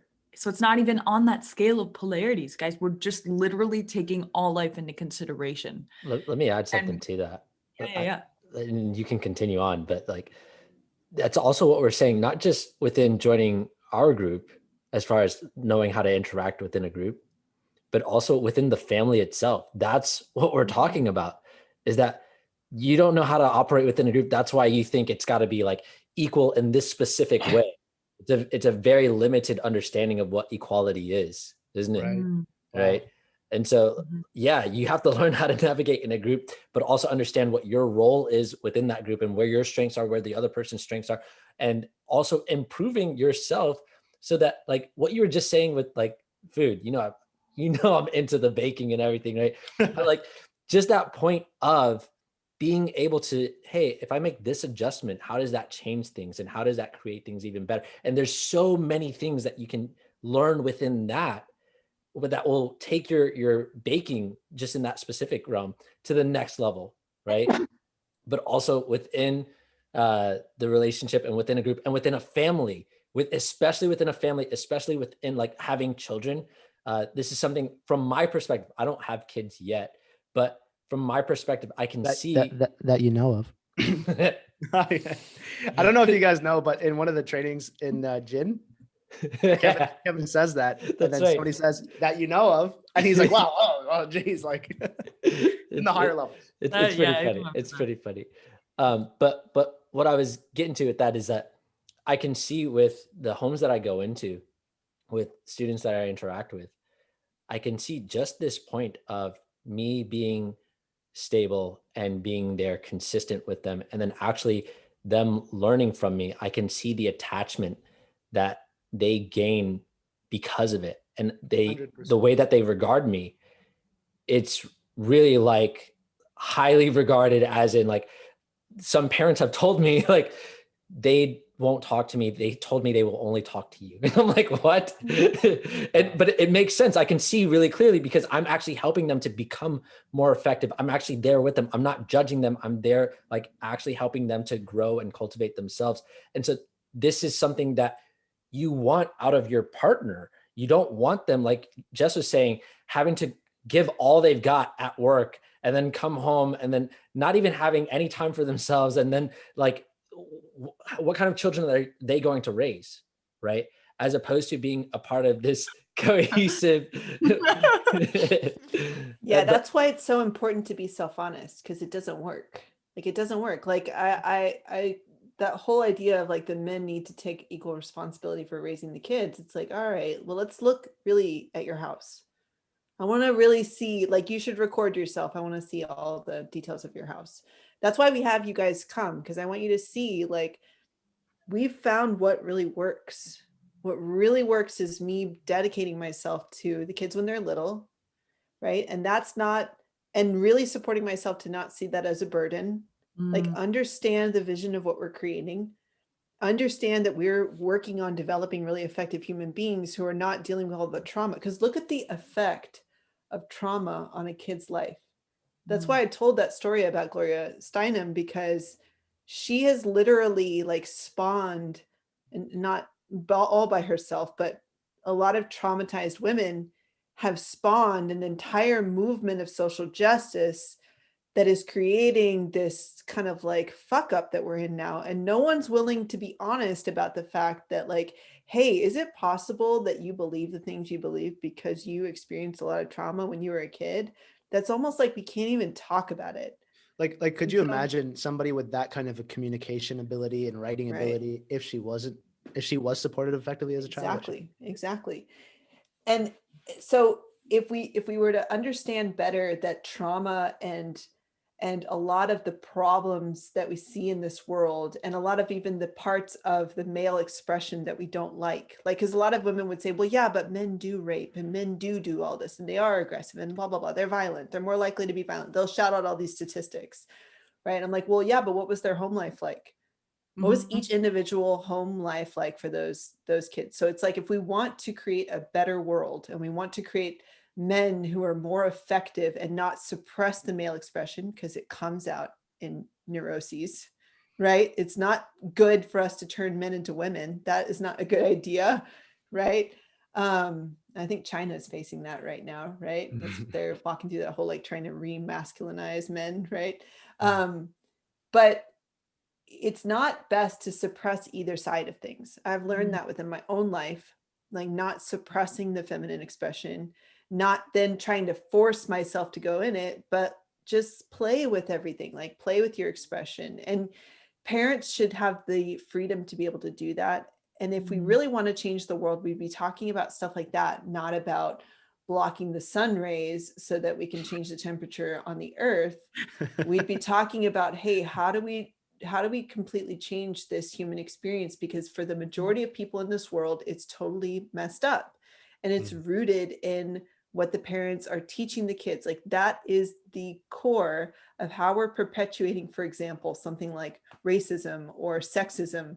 Like that stuff comes from trauma in the home. It comes from the man and woman not fully understanding each other, not communicating together, and then just programming their kids with that whole idea. And then you can't predict exactly what's going to happen within the kid, because neurotic tendencies and behaviors tend to happen tenfold. It's not like, so something that you and your wife participate in arguing about or perpetuating, or like if you're drinking in the home, like on the weekends or whatever, you're probably going to create a kid who drinks a lot. Like you don't know, you can't predict it. So this idea of like, oh yeah, but we can just kind of go about it, just with not real care and attention when it comes to parenting in the home, you create who the kid is and becomes in those first 7 years.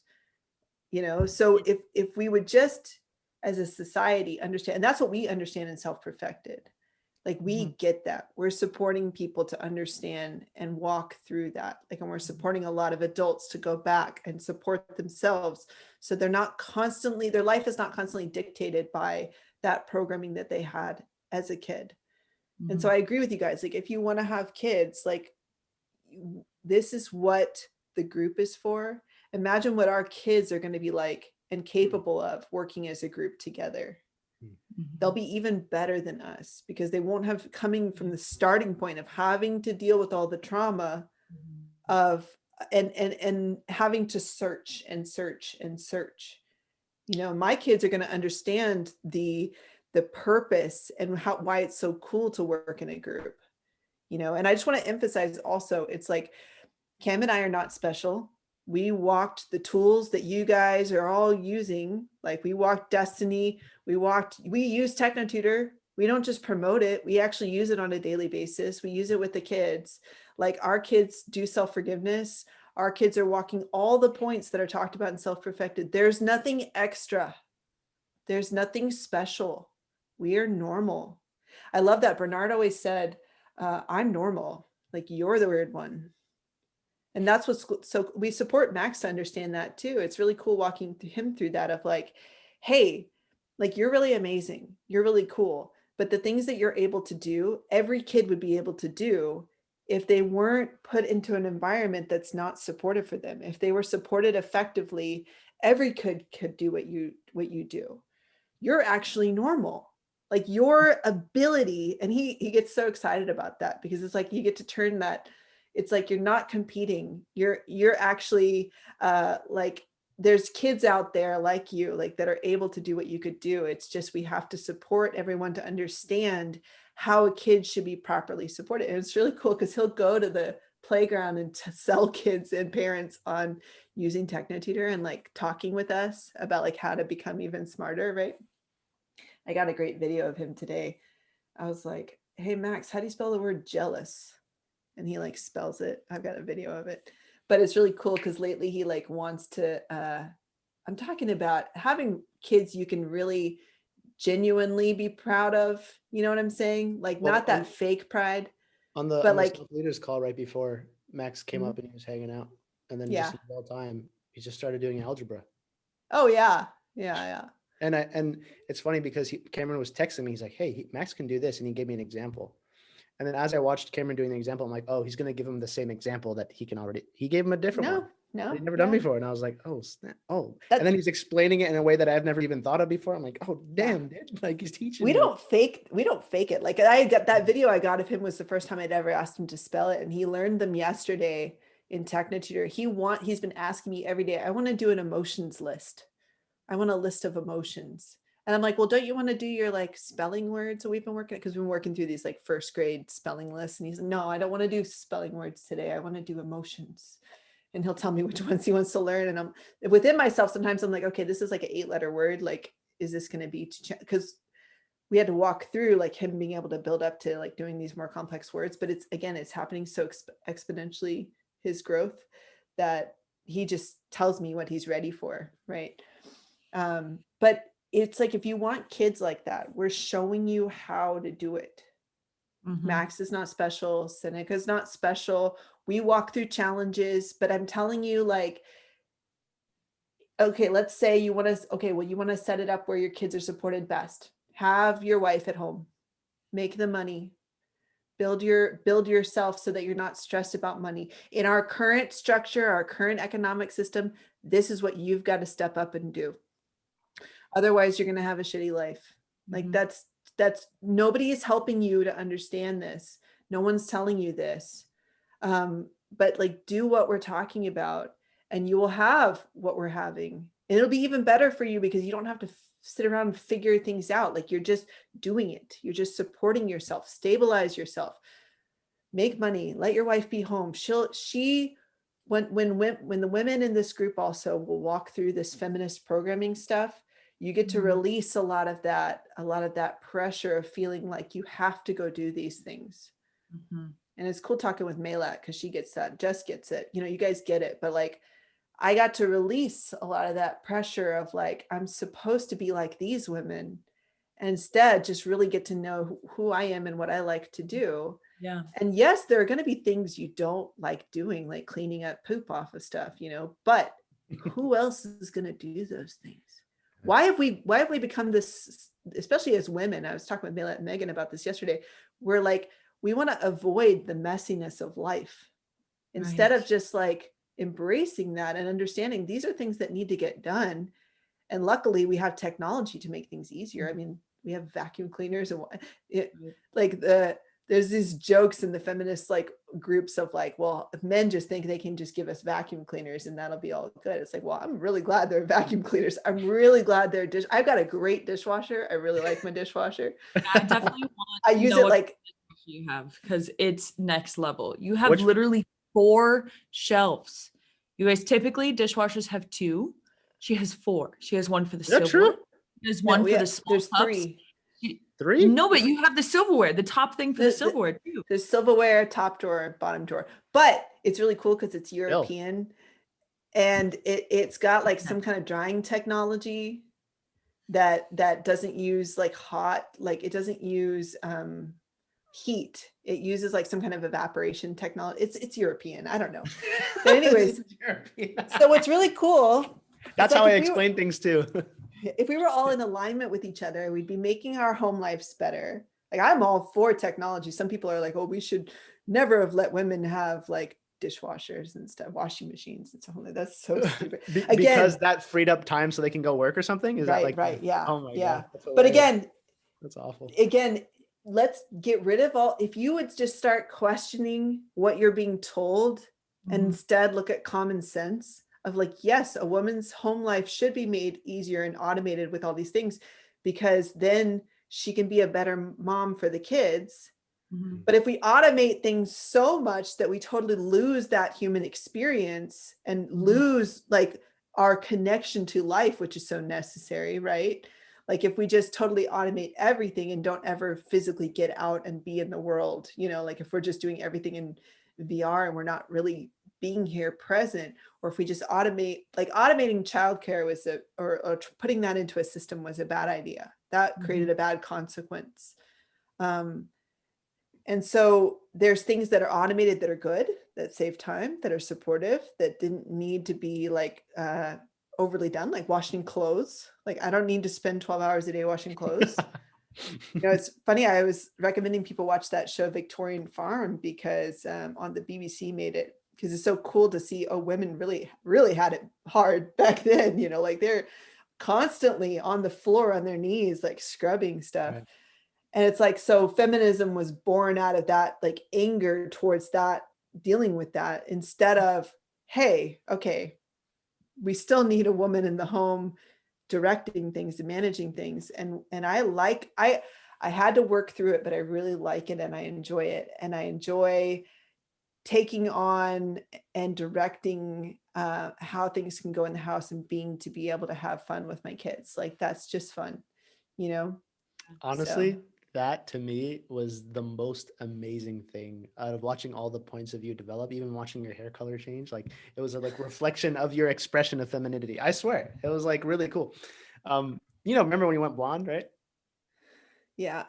It was like this is called pandemic hair.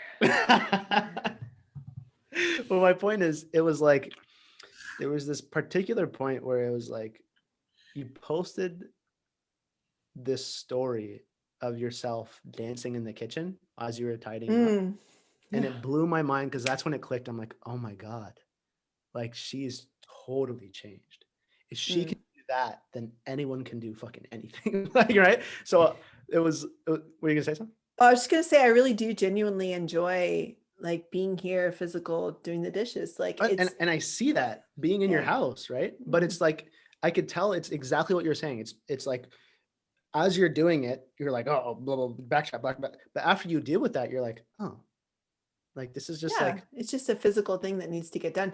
And what's really cool is sometimes like I'm tired and I fall asleep early and I don't do the dishes. And then I just wake up in the morning and do the dishes. Like I don't, and again, Destiny, Techno Tutor, the stuff we talk about here in Self Perfected, the support that I've gotten from my mentors, you know, like that has been crucial to support me to live more effectively for myself without it constantly being this nagging experience of like how bad my life is, you know? Like I don't have that anymore. And it takes time to get that little point out of your mind that you've identified yourself with so strongly. You think that voice is you. You think it's you. It's not you. Like, is it making your life better? This little voice that's in your head over here, you know? And I can say 100% I'm more effective at being here for the kids. Like that's, and again, why is that so important? Because that's where trauma is born. That's where neuroses are born.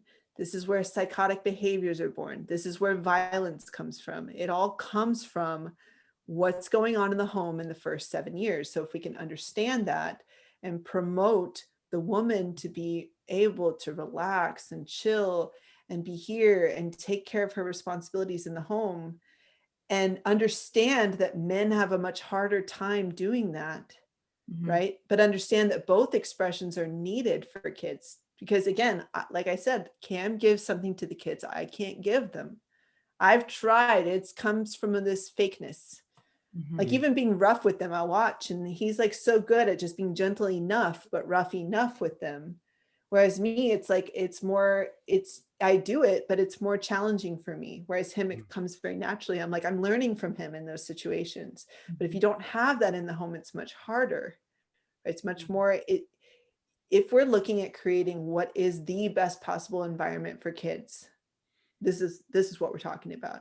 Yeah. So there will be little situations where people might have to compromise because of the world being the way that it is. Like, you know, if people get divorced and stuff like that. But I want to support young people to prepare yourself now. If you want to create the best environment and create the best life for yourself now, set yourself up for success. Don't set yourself up for, well, if it works out, it works out, which is kind of how we're taught to deal with relationships and deal with parenting now. Like we're not point, yeah, go ahead. There's a point within that of like, and you were saying this earlier as well, of like, we can go further because we don't have to figure it out. And it's that point of like, I was just thinking how people will go to school and not question what they're being taught or question that system of school. But then when it comes to like, hey, you know, you don't have to figure it out. We've got it all here. Oh no, I have to go do it on my own. And like, they want to like toil in not knowing and not being aware. And maybe it's a reaction to school, you know, but still the point here being like, you don't have to do that. You can get there a lot faster, and you're the example, and, you know, we're the examples. And, you know, I just kind of wanted to hit on that point because it also makes me think of, you know, how there's a best way to do things, like wine, for example, grows, the grapes grow in certain places. There's a reason for that, because of the cultures in the ground, you know, provide the best environment for these grapes to turn into wine, right? You're not going to grow that here in Florida. It's not going to happen, right? Or at least it's not going to be very good, right? But in that same vine, but in that same line of thinking, though, like your environment in your home can provide the best children. But if you don't have that environment cultivated, and we're saying, look, this is how you do it. It's really clear. It's really simple. Not that it's easy. I think that's the point you're making, right? But it's laid out very specifically where you can do this. It doesn't take a super genius to do this. And we're already walking the path for you. So all you have to do is apply it for yourself. There's still things within that you get to discover of yourself on your own, and you have to in order to make it work. But you don't have to discover like the big picture parts of it of like how to put it together. No, that's already done. It's then you have to walk the process and discover within yourself, oh, where am I not being self-honest? Where am I not being aware? Where am I not taking responsibility? And what can I take responsibility for? You know? And you know what the biggest point of that is? It comes from a lack of nurturing from a young age. And within nurturing is explaining. Nurturing is explaining. And if you were properly taught through explanation and not punishment, then you would be able to instantly apply that logic throughout the rest of your life to nurture and support yourself through explaining to yourself. And it would be an instantly integrated thing. You wouldn't have to take 3 days to process something. You would be able to look at it in a moment and be like, this is the answer. This makes sense. Or maybe you wouldn't even have to go through a moment. Maybe it would be an instant integration because you were so supported and so nurtured. And we see now more than ever a lack of nurturing from women, a lack of nurturing from yourself, a lack of nurturing everywhere. And this is another big point, similarly to like having that community with like purpose, is within that having nurturing. Like think about it, if your parents were properly nurtured from birth, or if their parents were properly nurtured from birth, and so on and so forth, like what kind of world would we be living in? where everyone was properly nurtured, there'd be much less neurotic behaviors. There'd be much less abuse. There'd be much less poverty, and just all of these, like a lot of things would be different because people would be able to know how to support themselves instantly. They would be able to have that line of logic of understanding and reasoning and critical thinking and ability to they wouldn't process be broken information. from the beginning too. Right. Yeah, exactly. It's like, okay, you think about maybe before self-perfected and all this stuff, a woman having to manage 2 children and taking care of an entire household with food and cleaning and dishes and having 2 kids and all this stuff. It's like, oh my God, like overwhelming. Like, don't do that. Like, I'm trying to do this here and managing all that stuff. But when you've walked the points within yourself, have upped your processing ability to a certain level, it's like you walk into the Cope's house and Katie has a house full of people for 9 days. And even beyond 9 days, but every place that you can sleep there's somebody on it. Any couch, there's 2 people on one couch, one person another couch, Avery in this room, Justin mentioned that room, them in this. It's like the household people. And then, you know, when it hits 10 a.m., when it hits 12 p.m., there's more people coming over to the house for 9 days straight, house full of people. I've never seen somebody so stable and managing all of that with gusto, with expertise, with finesse, from the perspective of she's literally providing for all of us, figuring food, not breaking a single sweat, not a single, like not even an ounce of stress in this person, while being able to support the children in every way, not missing a moment, and then directing other people about how to support her children as well in every moment. And then also talking to me about the problems I'm having here, like talking to Drake about the problem. The ability, and I'm not just saying this about Katie, I'm using her as an example. This is the really, really, really, really important point. We made this on the last podcast, that we are not special in any way. And when somebody tries to act like we're special, it's like, no, you don't get it. We're just using principles and tools, combining them together to put it into us. And then it comes out of it as an expression where you come into this household and it's, oh, I can relax and I can really work on myself, and I don't have to worry about X, Y, or Z. And a big point in why I saw my relationship shift with Maylat was when I stopped being a little bitch. And I started stepping up within myself of like, stop being so afraid. Stop being so afraid of if she gets angry or if she gets upset. And if she does get upset, support her through that. Not because I need to dominate and need to be, it's just like, let go of that. What would make sense? And that supported her to be like, oh, I can trust Asif to support me through my anger and all that stuff. And now she's worked through so much of that. And I watched, just like Katie, her expression totally change where, oh, I'm not a baker, I'll never bake. If anybody knows Maylat's Facebook or my Facebook, it's like she's baking all the time, she's cooking all the time, all this stuff, right? It's like what we accept of ourselves is such an extreme limited version. And let me say, she's doing everything she was before and more. She didn't stop that. And so because I'm stepping up within myself, it's like now she sees what that looks like and she's doing that for herself. And the other thing is, if you go to the Cope's house, it's not like Katie's the only one with the kids all the time, no matter what. She just takes responsibility for it. So the point is, that's a good point. Because Katie and Cameron have worked on themselves before they had kids, really focused on the relationship and working on themselves, it's like they were able to support each other in a way that could, like she was saying, if you don't have money, you're going to have a shitty life.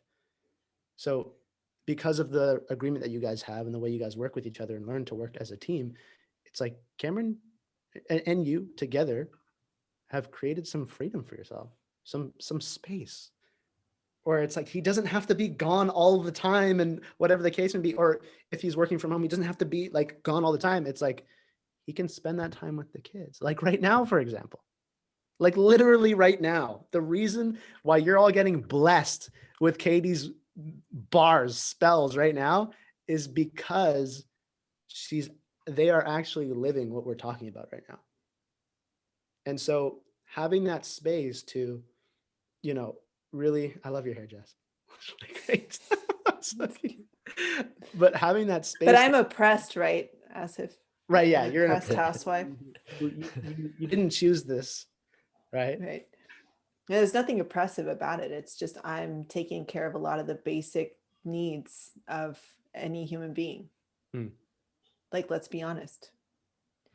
Like, everybody needs to clean, everybody needs to cook, everybody, like, I'm grateful I get to do those things and have it be, automated, and I get to take care of the kids. I get to watch them grow. I get to see them for real. I don't get to just delegate that or transfer that responsibility over to another person who's getting a shitty paycheck for it. Like, right. I get to where actually you're asking your kid, oh, where did you learn that from? Right. Yeah. Like, I know. And I get to, and I think that's challenging because also the biggest challenge is knowing that a lot of the issues that they go through come from us. And so we have to walk it. We have to walk with specificity. But here's the thing, the trade-off is you develop really effective human beings if you're willing to put in that time and do it, and you're willing to stop the cycle of trauma. And that's what it's going to take. You can't stop the cycle of trauma just by wishing it so, and then sending your kids off to school or sending them to daycare. It's not going to work. It's not going to work. So that just reminded me of like parents coming into the daycare and asking what the turnover rate is, because they know that it's important for a child to be with one person for a long time, that they develop relationships. It's like, it's so funny because like you're putting your fucking kid in a daycare. Like, yeah, but here's the thing, like, again, a lot of and I'll hear this, we'll hear this, right? Which is a lot of people don't have a choice or whatever, or a lot of women don't have a choice to stay home. And it's like, yeah, I know. That's why we need to structure our society more effectively. yeah. Are we going to do that by wishing? Are we going to do that by marching in the street and like saying women's rights or whatever? No. That didn't work. It hasn't worked for a long time now. You know how it's going to happen? It's going to happen in groups like this, where, for example, like we're developing all together. And let's say like Asif and Mela, you guys got kids later on down the road and you die. Do you think we would let Mela just suffer? Do you think that would happen in a group? This is what a village really is. It's like parents together taking responsibility for their kids, and then also learning and growing together with principles. So we would never allow that to happen. But where else are you going to get that in this world? Like the group of people who would actually stand by your wife if you died and make sure that she was still supported by this network. That's the kind of society we're going to create, because society is not going to do it. We're going to be the example in this group of people who stand with principles and support one another to be our very best, to be best. And we're going to support our kids to do the same. So it's like, that's what you're searching for. You've been searching for this your whole life. But the thing is that we're not going to do it for you. You also have to step up. You have to be equal. You have to become equal and use the tools, support yourself to do it. And then have the kind of life you want to have. If you don't want to have kids, that's fine. Don't do it. But also be self-honest with yourself. Don't wait until you're 38 and then be like, oh, but I really want to have kids now. True. Don't do it from that starting point. Do it from a starting point of, I really want to support beings in this world to grow. And I know that we need that. We need to have a generation of kids who aren't born into trauma. We need to have a generation of kids who are supported with these principles from the very beginning. That should be why you want to have kids. And then also do it in a structured way. Do it in a systematic approach. Like, don't haphazardly go through life. Like, do it effectively. And that's what we want to support. And you guys have been so amazing, like walking this and doing it for yourself. Like, we're not forcing you to get into relationships. We're not forcing you to say you want to have kids, but it's like, do it because you want to do this, or be a part of this group because you want to really build something in this world that's real.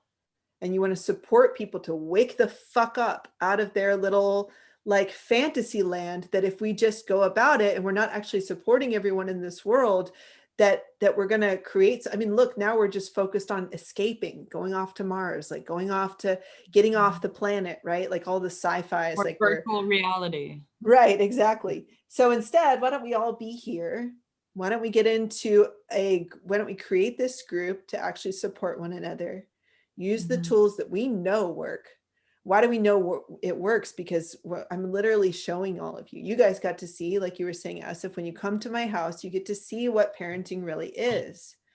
Because you see the contrast in other people's homes, you see the contrast with that was in your own home, and you get to see in our home, and you get to see the effect of our kids and what they're capable of. I mean, a 4-year-old doing algebra is normal. That is actually normal. He's not special. Seneca will do the same thing. Your kids will be even faster, right? Because you'll be even better parents than Cam and I are, you know? So if we could, you know, like if you could just be self-honest about your life, you'll understand what we're saying. Self-honesty is so important. It's kind of that crucial first step, because you have to have a level of self-honesty to be like, I'm not satisfied with the way that my life is going right now, and I need a solution. And this is where you can stop searching for that solution. One thing that Katie's go also ahead. an expert at is like, I don't know if you're doing this right now, but while we were there, it's like you'll be talking and like doing 10 things at once and also be monitoring the baby monitor all at once. Oh yeah. You'll be like watching the baby monitor and still like finishing your idea. Like, sorry, I gotta go. Like, go That's get a Seneca. skill. But it's a skill, right? Yeah. Oh, you I didn't just thought mention that they got sick when you guys were here too. So that was fun. Oh yeah. Remember they were both got Oh, sick. I got Yeah. super sick when I got back too. But you know, it's funny. Being with you guys also changed my relationship with like food and getting sick and health and all that stuff. Yeah. Just literally by being around you guys. And just Again, being, it's all a part of being human. We're really getting back to what is necessary about being a human, also what we can use in technologies to support ourselves. Like the fact that we have this technology is not bad. This is how we're doing this right now. It's how we're connecting across the globe, like here. So, but we shouldn't lose that connection that we have to the physical reality, to life. And so a lot of being a mother, for example, is balancing that, is supporting your kids to understand that. You know, it's why I garden with the kids. It's why I cook. I'm very grounded in physical reality. And that's another thing that I want to mention really quick, which is women are really good at that. We're just good at being very grounded, and men handle better going into the realm of money, which is again, we live in a system of money. So if we're going to change the money system, we got to have a team of people who are going to support with that. And you guys are really good with it. And we can also provide that grounding aspect so that you don't fly off, right? Like, you know. I'm glad you brought that up, because I wanted to mention that point of like what the process really is that you're really making clear is like, it's not about it's about supporting both the feminine and masculine expression. Right.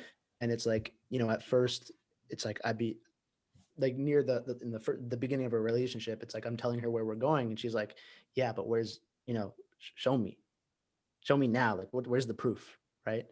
And I'm like, oh, like you're so negative, like why does she always have to do that, like bring me down, right? But now it's like, oh, I get it, she's just fucking practical. Yeah. She's just like, look, she's focused on here. She's here to ground. Exactly. Right. So now I love that expression.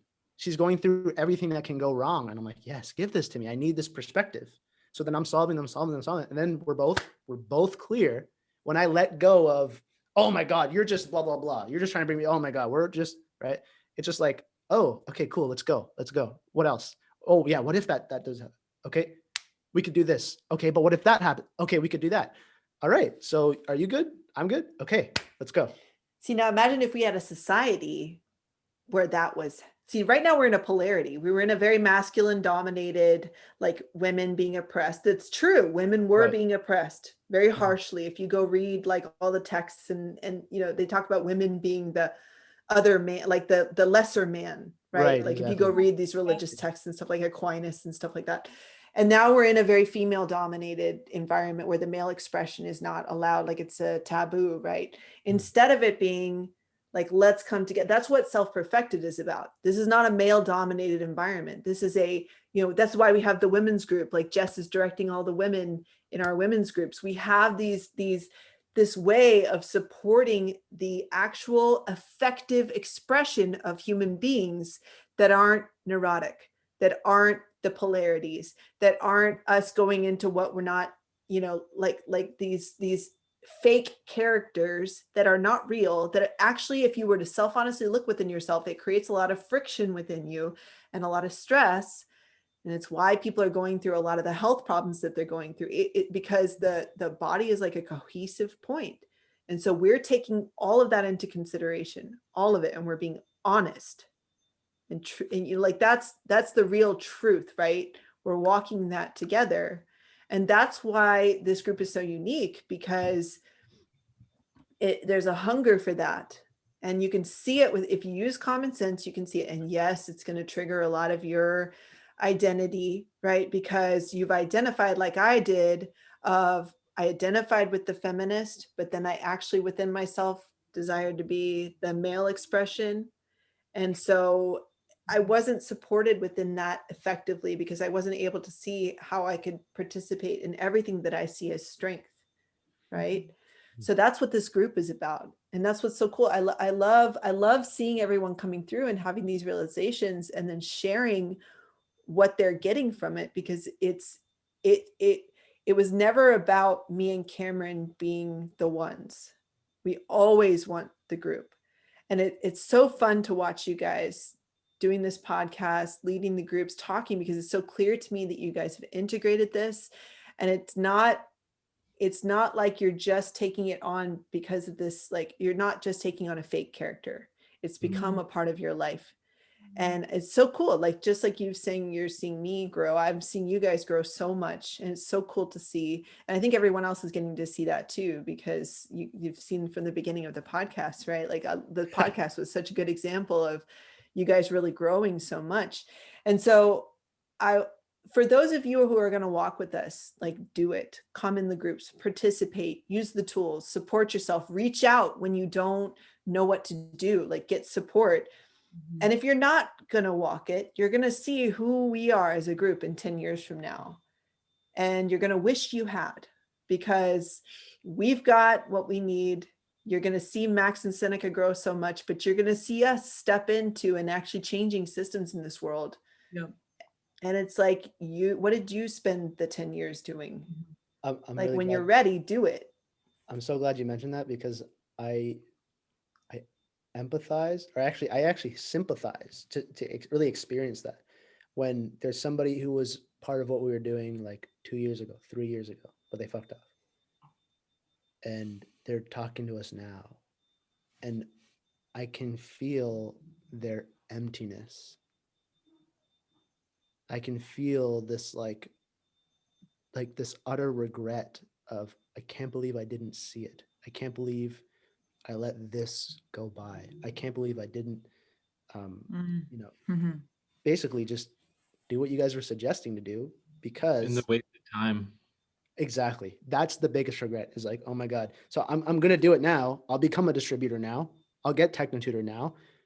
But I feel like I'm so far behind because, for example, Mitch, the same event that we met you, we met other people. And they're watching you and everything that you've created. And they're like, wait, that event where I met, Asif, Kian, Mitch, Cameron, all that stuff, that's the first time you guys met Mitchell? Oh my God, they feel fucked up inside. So my point is, what Katie's point is like, she's not just saying that.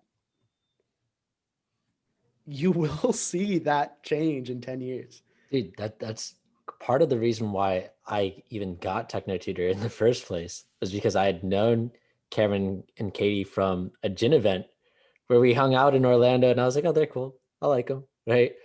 And then never really communicated with them after that, except that we were friends on Facebook.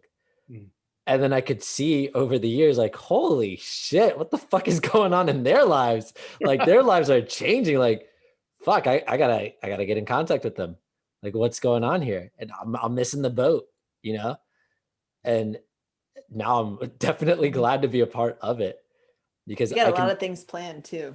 yeah, It'll be fun. Well, I would love to hear about that, Katie, but I just really want to emphasize this point is, again, like, we're normal. Like, I'm not special. I just use the tools. I've missed one day of techno tutor in a year and a half. I've missed maybe 5 days of writing in a year and a half. And I well, just let me jump in use real them. quick because I've heard Mitch say this before. I missed a fuckload of days for both of those things, so much. Like I had technical for so I didn't even use it. So for those of you Yeah. who are like, oh my god, like I already missed more than one day. It's like, don't worry, I missed. I also want to let you guys know.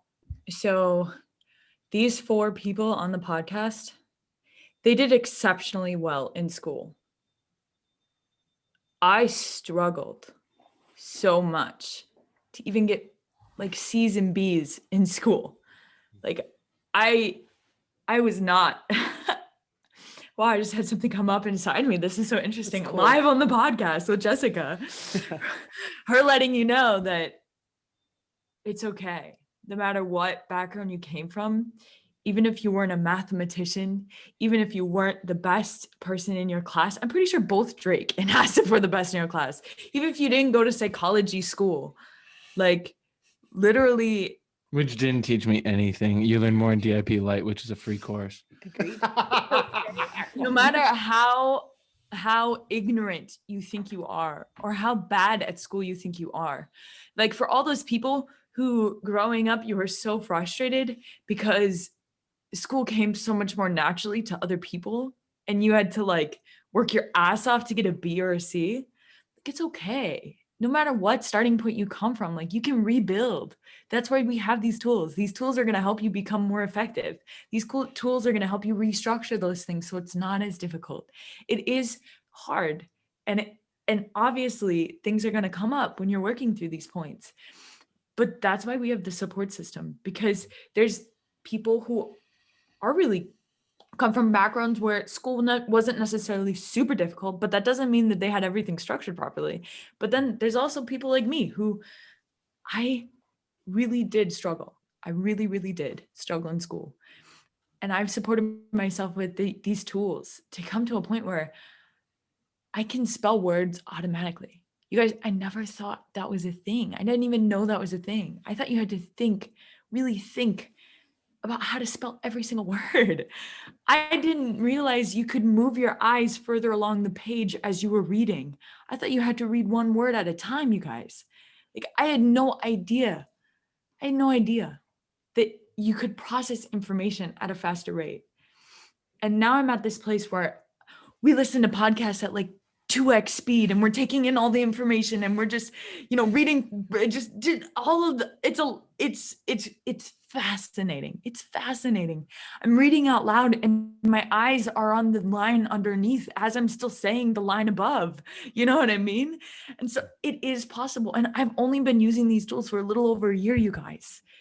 And I used to switch up letters, switch up numbers. I even, the first time that he showed me, so when you get like a techno tutor demonstration, you get to utilize the tool. And I broke down crying in front of Mitchell.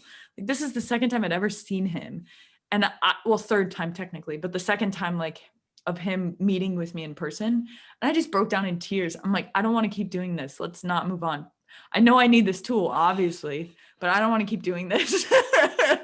And so no matter what background, no matter where you come from, we're creating a community of support no matter where you're at. No matter what your starting point is, we'll be able to support you to become the most effective that you can be. Even if you were worse off than I was, even if you couldn't even get a B or a C, even if you got F's in everything, because it was just so hard for you to sit and be in school and learn the way that they were teaching you, we can support you. I'm glad you brought that up That's awesome. because my brother Kian was the same way. Like, didn't do well in being able to in school at all and C student, things like that. And he always used this excuse of, well, if you could already talk to people before, you're already smart. I can't talk in groups like you can. And then now it's like, in the self leaders call, though, like right before this, we had the self leaders call, which is a group of like on the call is probably 25 men, and he was leading the call. He has so much confidence. He's just like, hey, Cameron, can I lead this call? And he dropped some straight up spells all that, right? And he's like directing people and things like that.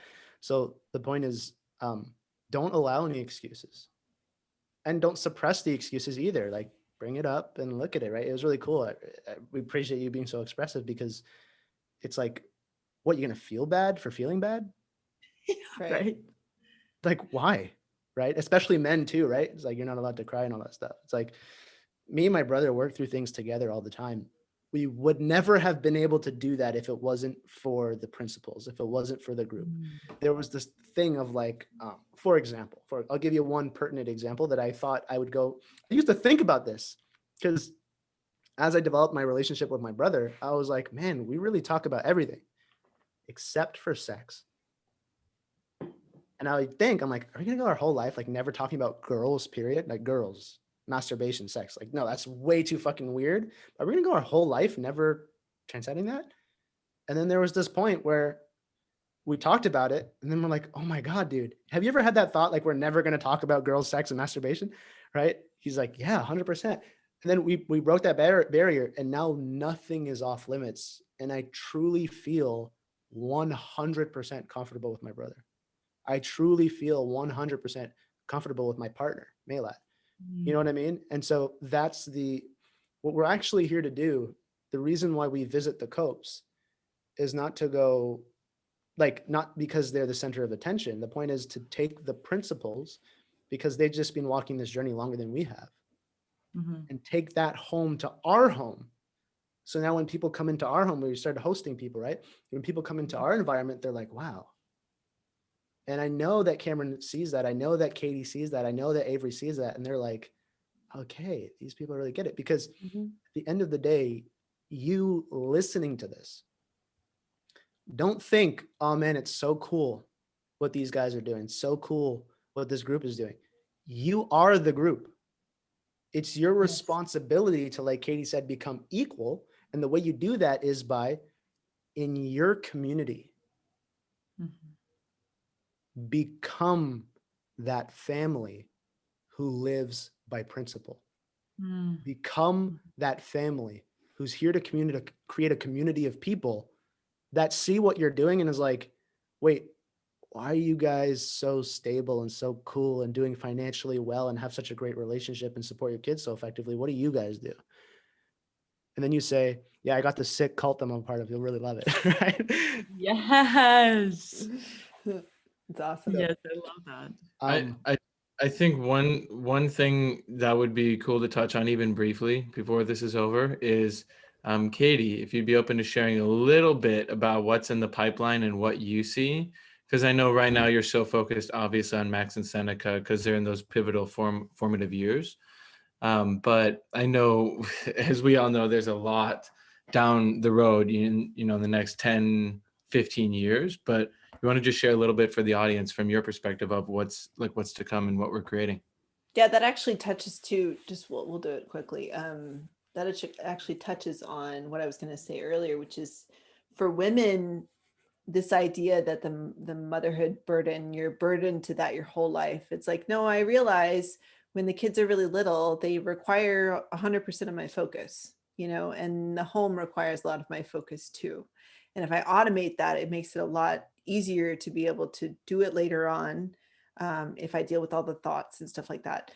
But as we're growing, I'm going to take a lot more of a role in supporting other women to understand this. We're going to have a lot more support programs for everyone in the group. Like again, wouldn't it be cool if your kids had this network of people around the world who were really good at doing things, and you knew those people had principles, and they could teach your kids how to do stuff?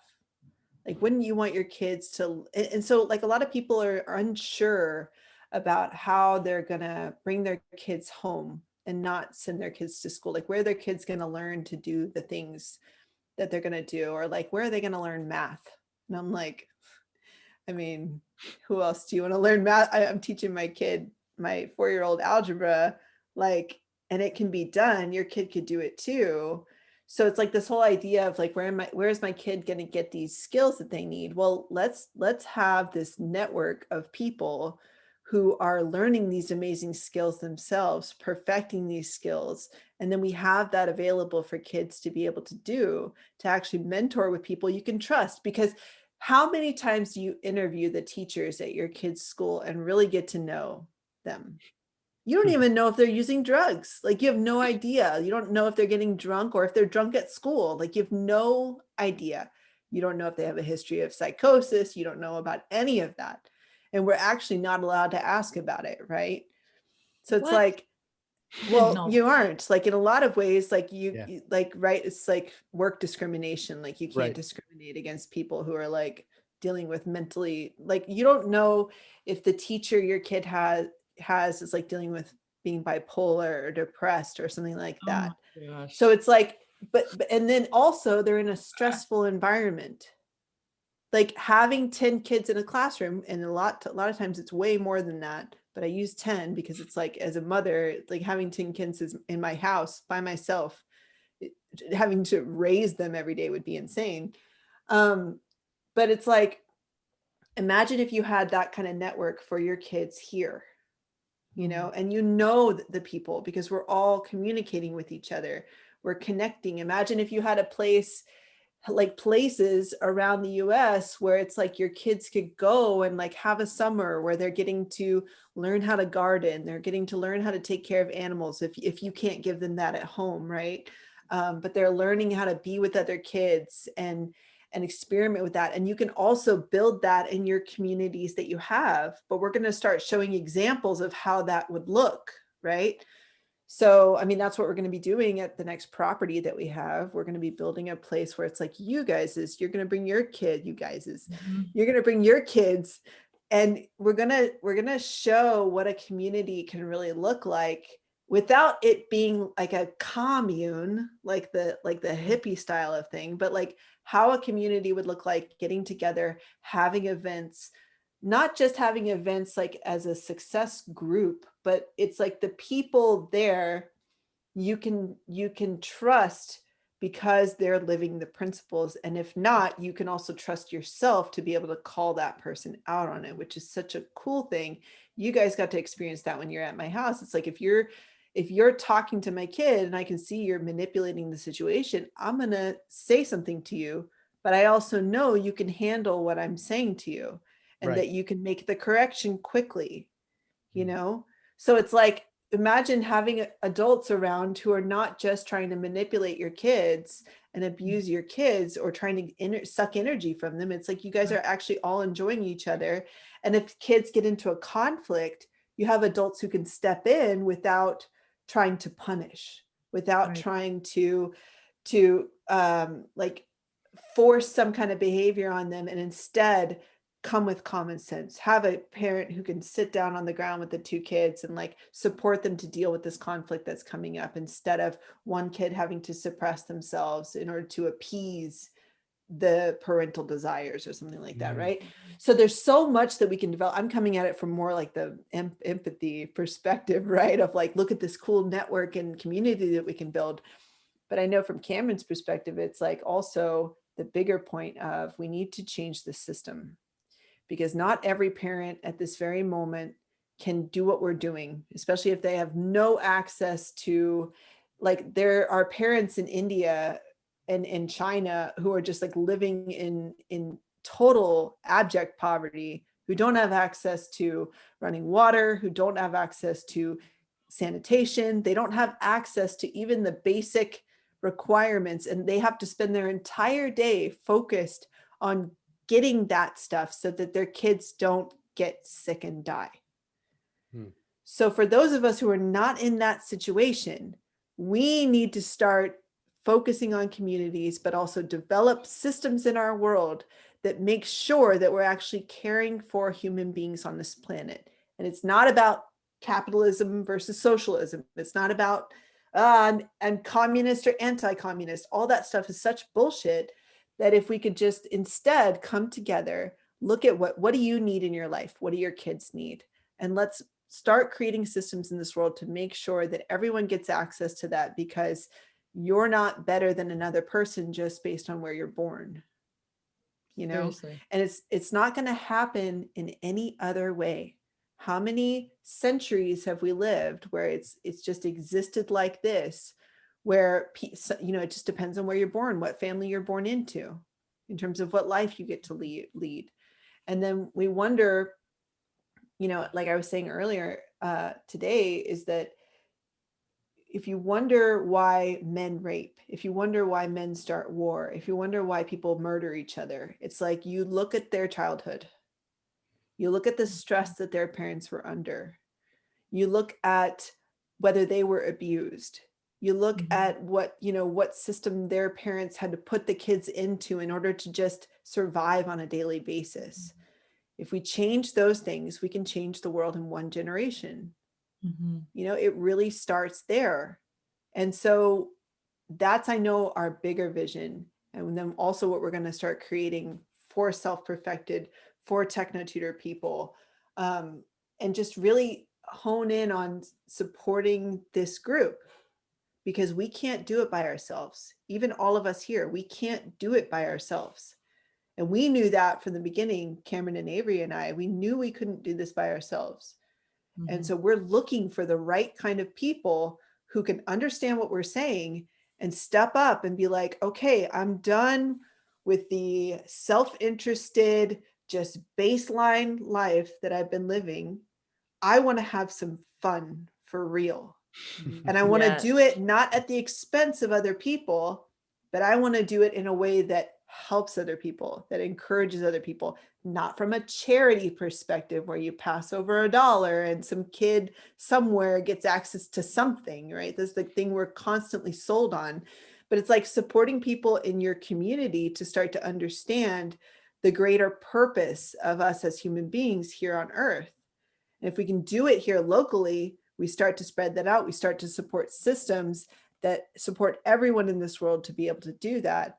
Because if we're not doing it here, we can't do it there. So, yeah. Beautifully said. Spells. Yeah. And like, just look at this for yourself. So whoever's listening to this, watching this, like, do you want to be part of that?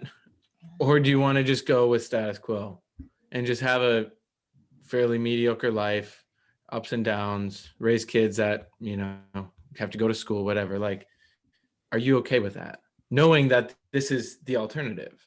So I'd really, really suggest join the group, go to the website, self-perfected.com, join the group, answer the questions, bring your friends, bring like-minded people, open-minded people into the group, join the calls Friday nights, do the video challenges or the challenges in general that we do, and then participate, interact, reach out, because we seriously have a whole network of men and women that are looking for partners, that are serious about standing within principle and like really making things happen. And it's there just waiting for you. So I would recommend checking that out. I know it's a pleasure been having you on here, Katie, as well as, you know, everyone as always. I love this podcast. And so, hey, Garrett, if anybody wants Katie on in the future, send us a message. and leave a comment. Leave a comment for Leave sure. a comment. 100%. Leave those comments. We love those comments. All about those comments. Yeah, especially those ones Katie on again. Find Jesus. If you guys want Katie on again, leave some comments. Yeah, Katie, awesome. It was great having you on. We appreciate you. And fun. yeah, definitely got to do this again. Yeah, this is a lot of fun. I'm really glad I got to be on. Yes. Thanks, Cameron. Thanks for Yeah. Put The hat back on. All right, we'll end it here, and we'll see you guys in the self-perfected group. Peace. All right. See ya.